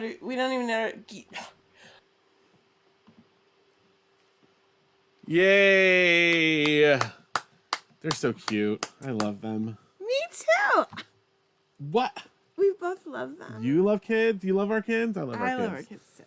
Thank you, Luke and Audrey, for doing that. That was really fun. We and I gotta say thank you to everyone who's still hanging out here live. We do have a few more comments to cover, and then we're gonna wrap this thing up here. So tell us the final comments that we got here. So, Eric wants you to do The Amazing Race with him. That'd be fun. I'd love to do a reality show. Okay, I'm down. And then Eric's suggestion for making learning engaging is Schoolhouse Rocks videos. I went to the Schoolhouse Rocks. Well, I took my students on a field trip to the Schoolhouse Rocks play. I saw that too. Yeah, you went. I took one of the kids Luke's on the field trip on the same day. At the same day. Okay. So, and then Kimberly says Easton loves Animal Crossing New Horizons. Yeah. And we're going to give Easton a shout out too, Yeah. because Easton also has a YouTube channel. It's Hi, I'm Easton is the name of the channel. And he's got Easton around, like he does He goes travel all videos. over. And he also has Joking Around where he does like jokes. And Eric and Kimberly are awesome. And Easton is amazing on his videos as well. So check it out. And Audrey said that she's considering a major in food metaphors. I think she would do well in that. And then Kimberly wants to know if we have the large pockets that hold 40 items. Yes, we've unlocked all the stuff. All of it. We played a lot of Animal Crossing throughout the pandemic. Like Luke, I think, and Audrey too have started playing it again. Yeah, they picked it up again. About the weeds, In the backyard. Marilyn said put a chicken in it. They eat the plants and the weeds. Mom has been promising this for years that she was going to come clean our Bring a backyard of chicken. weeds. Never happened. And I don't think they have chickens I anymore. don't know. I think they ate them all. So, our kids love us. And Eric says so cool. You guys are awesome. Thank you again so much to all of our guests who were on the show. Aaron, the Champas, Ben, Matt, Keith, and of course our kids. Everyone, please check out all their stuff and support them. Thank you guys for supporting us for 200 episodes. Yes, since 2016. And wow, it's amazing. Thank you, Janelle, for recording with me so many hours. Oh, I love you. I love you too. Yay. Well, I think it's going to do it. We are going to be on a brief hiatus throughout the summer, although we might pop in here and there and do a live or maybe a random episode or whatever, but summertime, no guarantees. We'll definitely be back near the beginning of August. And in the meantime, you can feel free to write to us. We may or may not respond until our next episode, but you can always write to us at mandarianorangeshow@gmail.com. Yep. That's it, right? Let's do it. Thank you guys once again for being with us here for almost 2 hours and 40 plus minutes there. That's pretty amazing. And for the Mandarian Orange Show, I'm Phil. And I'm Janelle. And we talk so you don't have to.